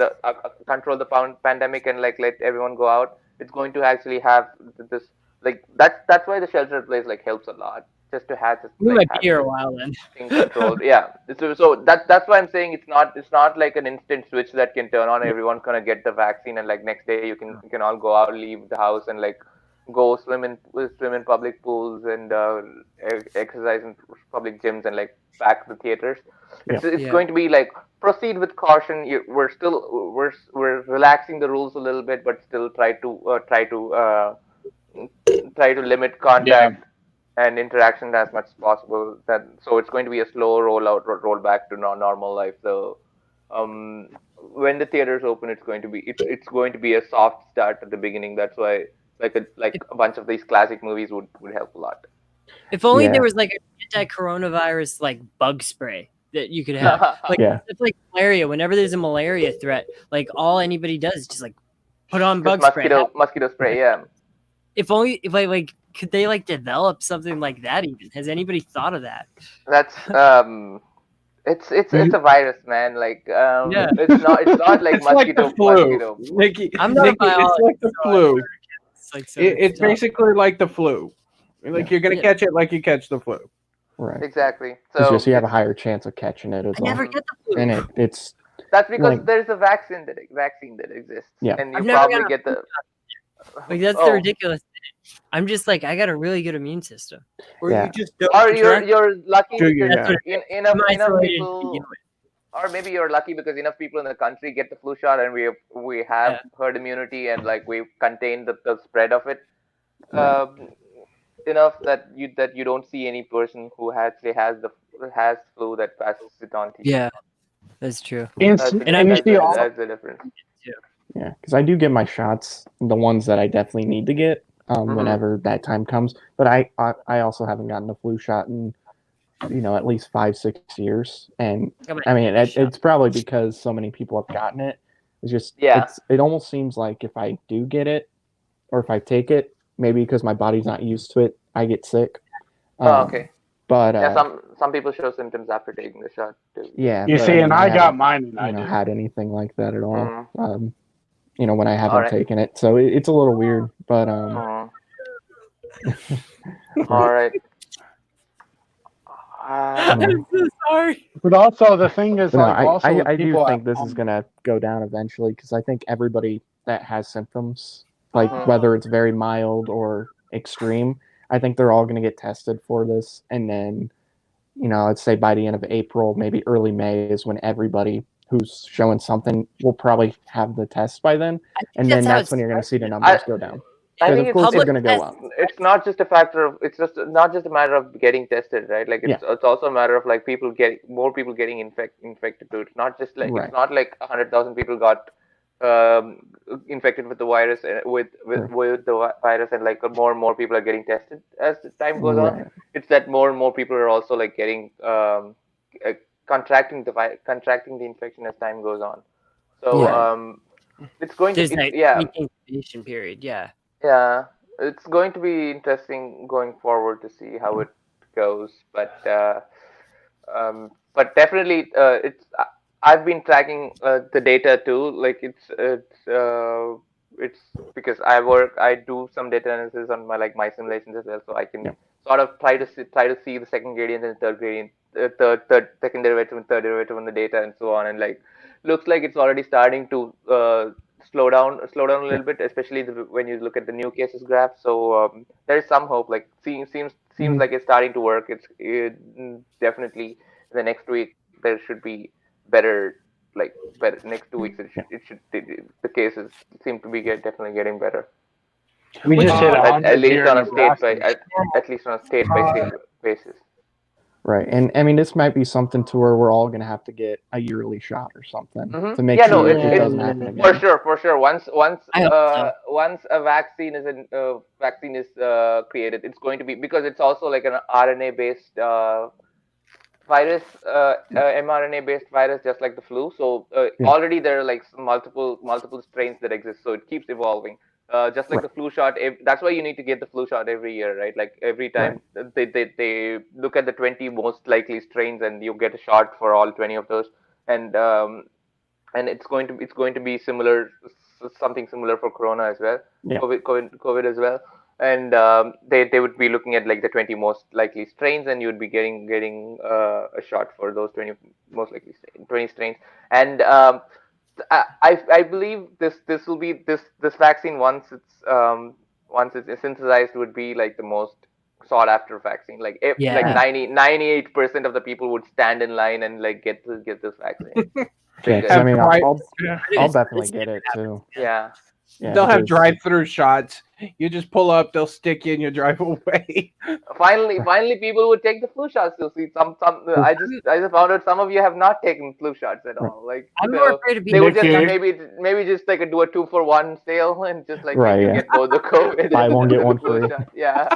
You see, it's interesting because with this COVID-19 thing, I have obviously grandparents, as a lot of us in the world do, and my especially on my dad's side, like my grandma last year, I believe it was, like she had to like get a whole bunch of surgeries, and she had a bunch of medical things wrong with her, and my grandpa's in the same boat on that side.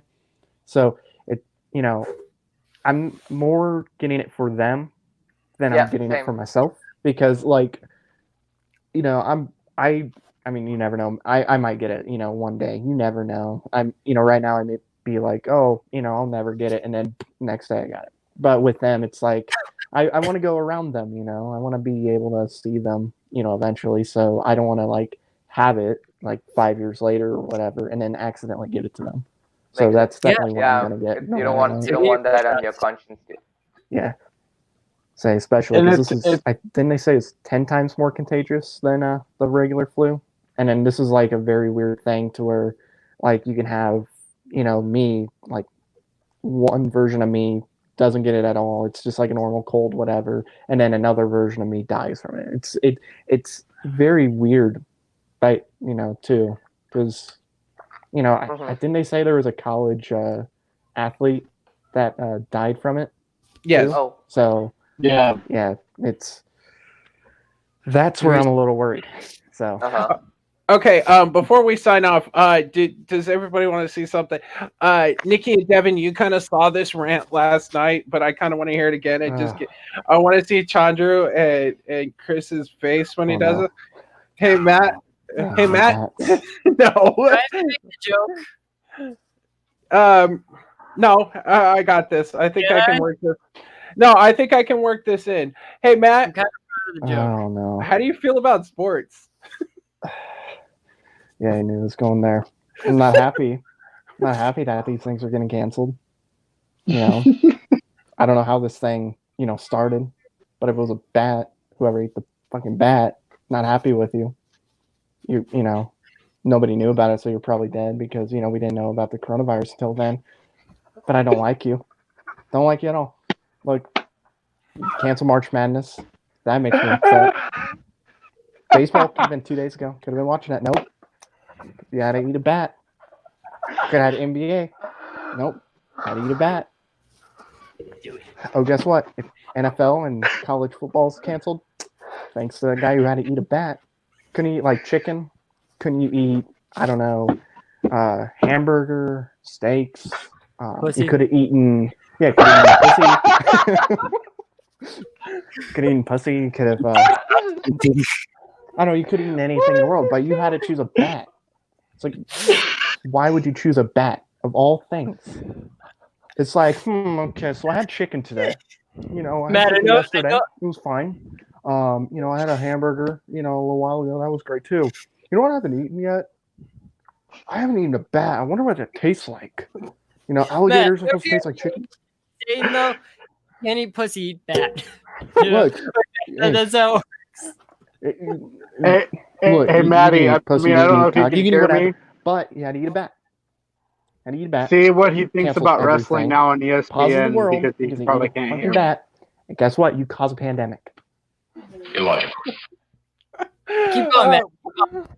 I want to feel your anger. Feel your that was Thanos, he's a horrible person, destroying half of life as we knew it. But you know what Thanos wouldn't do? Eat a bat. He wouldn't eat a bat. He would eat a hamburger, have some fries and a Coke or whatever he would drink on his planet, Titan, even though there's nobody there, so you can't really eat anything except for whatever planet to go to. But he's not going to eat a bat. He'll eat anything else. That would be like if I ate, if I just go, you know what, I've had hamburger, I had chicken, I had steak, I had all this good stuff. I'm going to eat a horse. I'm going to go to my friend's house and eat their horse. Illogical. Eat the horse? I'm going to eat a horse because he has plenty of horses. So I'm going to eat a horse. Plenty of meals. That would, that's exactly what it'd be like, except I'm not causing a pandemic. Like the guy who had to eat a bat. Or girl. I don't know who caused the thing. It's a guy. It was a guy? That cocksucker had to eat a fucking bat.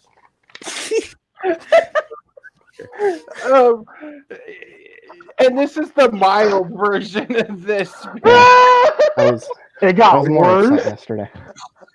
Chosen, what do you think on that conversation? So, if you haven't seen it, you need to go back to yesterday's happy hour and watch like the last 30 minutes of it. It's literally Matt for 30 minutes ranting on. I've heard him rant and I've heard him piss, and that's funny. Last night there was so much passion in it. Tonight it was just like tonight he's just like given up. The concept. I've given up on humanity because the guy ate a fucking bat. That's why. Okay. So my question is, do we know for sure? I don't know, but I've never heard of a person eating a bat before. He can't hear me at all, but telling him that wrestling and WWE is now on ESPN as a sport would be funny. I know. It would be the funniest thing. So someone should tell him now that they're putting WWE matches on ESPN now, because that will make him lose his shit. Matt, Chris is saying they're putting wrestling and WWE on ESPN. Why? Why? Just play. You know what? There's supposed to be that documentary, that 10-part or whatever it is, documentary on the Bulls. Just put that on early. I know that's supposed to be June, July. Just put it now. It's pretty much done at this point. You've been working on it since 1985 or whatever. He's been working on it for a long time. Could have played that. You know what you also could do? You could play, I don't know, classic stuff. Play some classic games. Make people happy. You don't have to play wrestling. Rock versus Stone Cold. Leave wrestling on Fox. Let's not shut Fox down. Speaking of, I would eat a fox over a bat. Nikki, play some wrestling freaking sound bites. I don't know. Put on, what is it on Lifetime TV? Is that the other channel it's on? No, it's not. I don't know. Is it True TV? I don't know what. The USA Network. There we go. Got it. USA, Fox, and they have like Backstage on Fox Sports 1 now. But no, yesterday, Chandru, this rant he went on was so passionate. Like Academy should just give him the award now. He was so passionate, and literally for 30. You're gonna have to send that. Like that was. You're gonna have to send that to me. 6 days of being locked up, just built in the anger, just only thrown 6? in. Yeah, it's been weeks. So I've been stuck for 6 days. Yeah. So we're guys, usually last with a lot of things. It's been 2.5 hours. Nobody's really watching anymore. So why don't we go ahead and wrap it up for this episode? Mr. Icon, where can people find you online? You can find me probably talking to Matt right after this about that. It's gonna be funny. You can find me on Titan Trivia. We have incredible matches there. Chandru, if you ever want to co-host or do anything like that, you're more than welcome to join. Sure. And then see Nikki over here with the sound bites and still gloating to me because he beat us barely. Close enough. Yeah, but you can find me on there. You can go find my short films. I make movies, and my camera just fell. You can find me all over on Facebook and just go to my name, Chris Day. And it's good to meet you, man. Nikki, Devin, Mr. Mandalorians, where can people find you? Maybe on Nikki Flicks if I have the energy to do it this week. I'll do a Nerd Telestrator, but until then, This is the way. That's right. Matt, my man, where can people find you? You can find me on this channel, doing whatever, doing shows, whatever shows we end up doing, like this show, our NFL show, unless I get postponed because of the guy eating a bat. And you can also find me not eating bats. And again, that is the way. I'm Matty G. You can find me at Facebook at Matt Graham. You can find us here, as always, every Saturday night. Suplex City Chats will be back Thursday at 7 p.m. PST. We're going to talk about everything wrestling, and we're going to do a little bit of a preview. If we can finally figure out what the WrestleMania card might be, we'll go through that. And of course, the man that took over our stream himself, Mr. Chandru. I'm going to put you on the spot. Where can people find you? So at Chandru Things for sure, like on all of the social platforms, Twitter, Instagram, and Movie Trivish Mode on Facebook page. Like come say hi there, like tag me in a post if you like. And I also have my own Facebook group where I train and I ask for fan feedback and fan input too. The Drew Crew. Find me in all of those things. Say hi if you see me anywhere.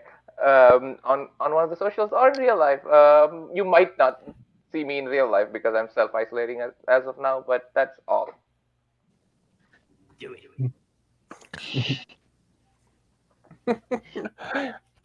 I think we're all stuck self-isolating, but you know what? That's all right. Whoop, there we go. So, ladies and gentlemen, again, that was Chandru. Definitely check him out at Chandru Thinks.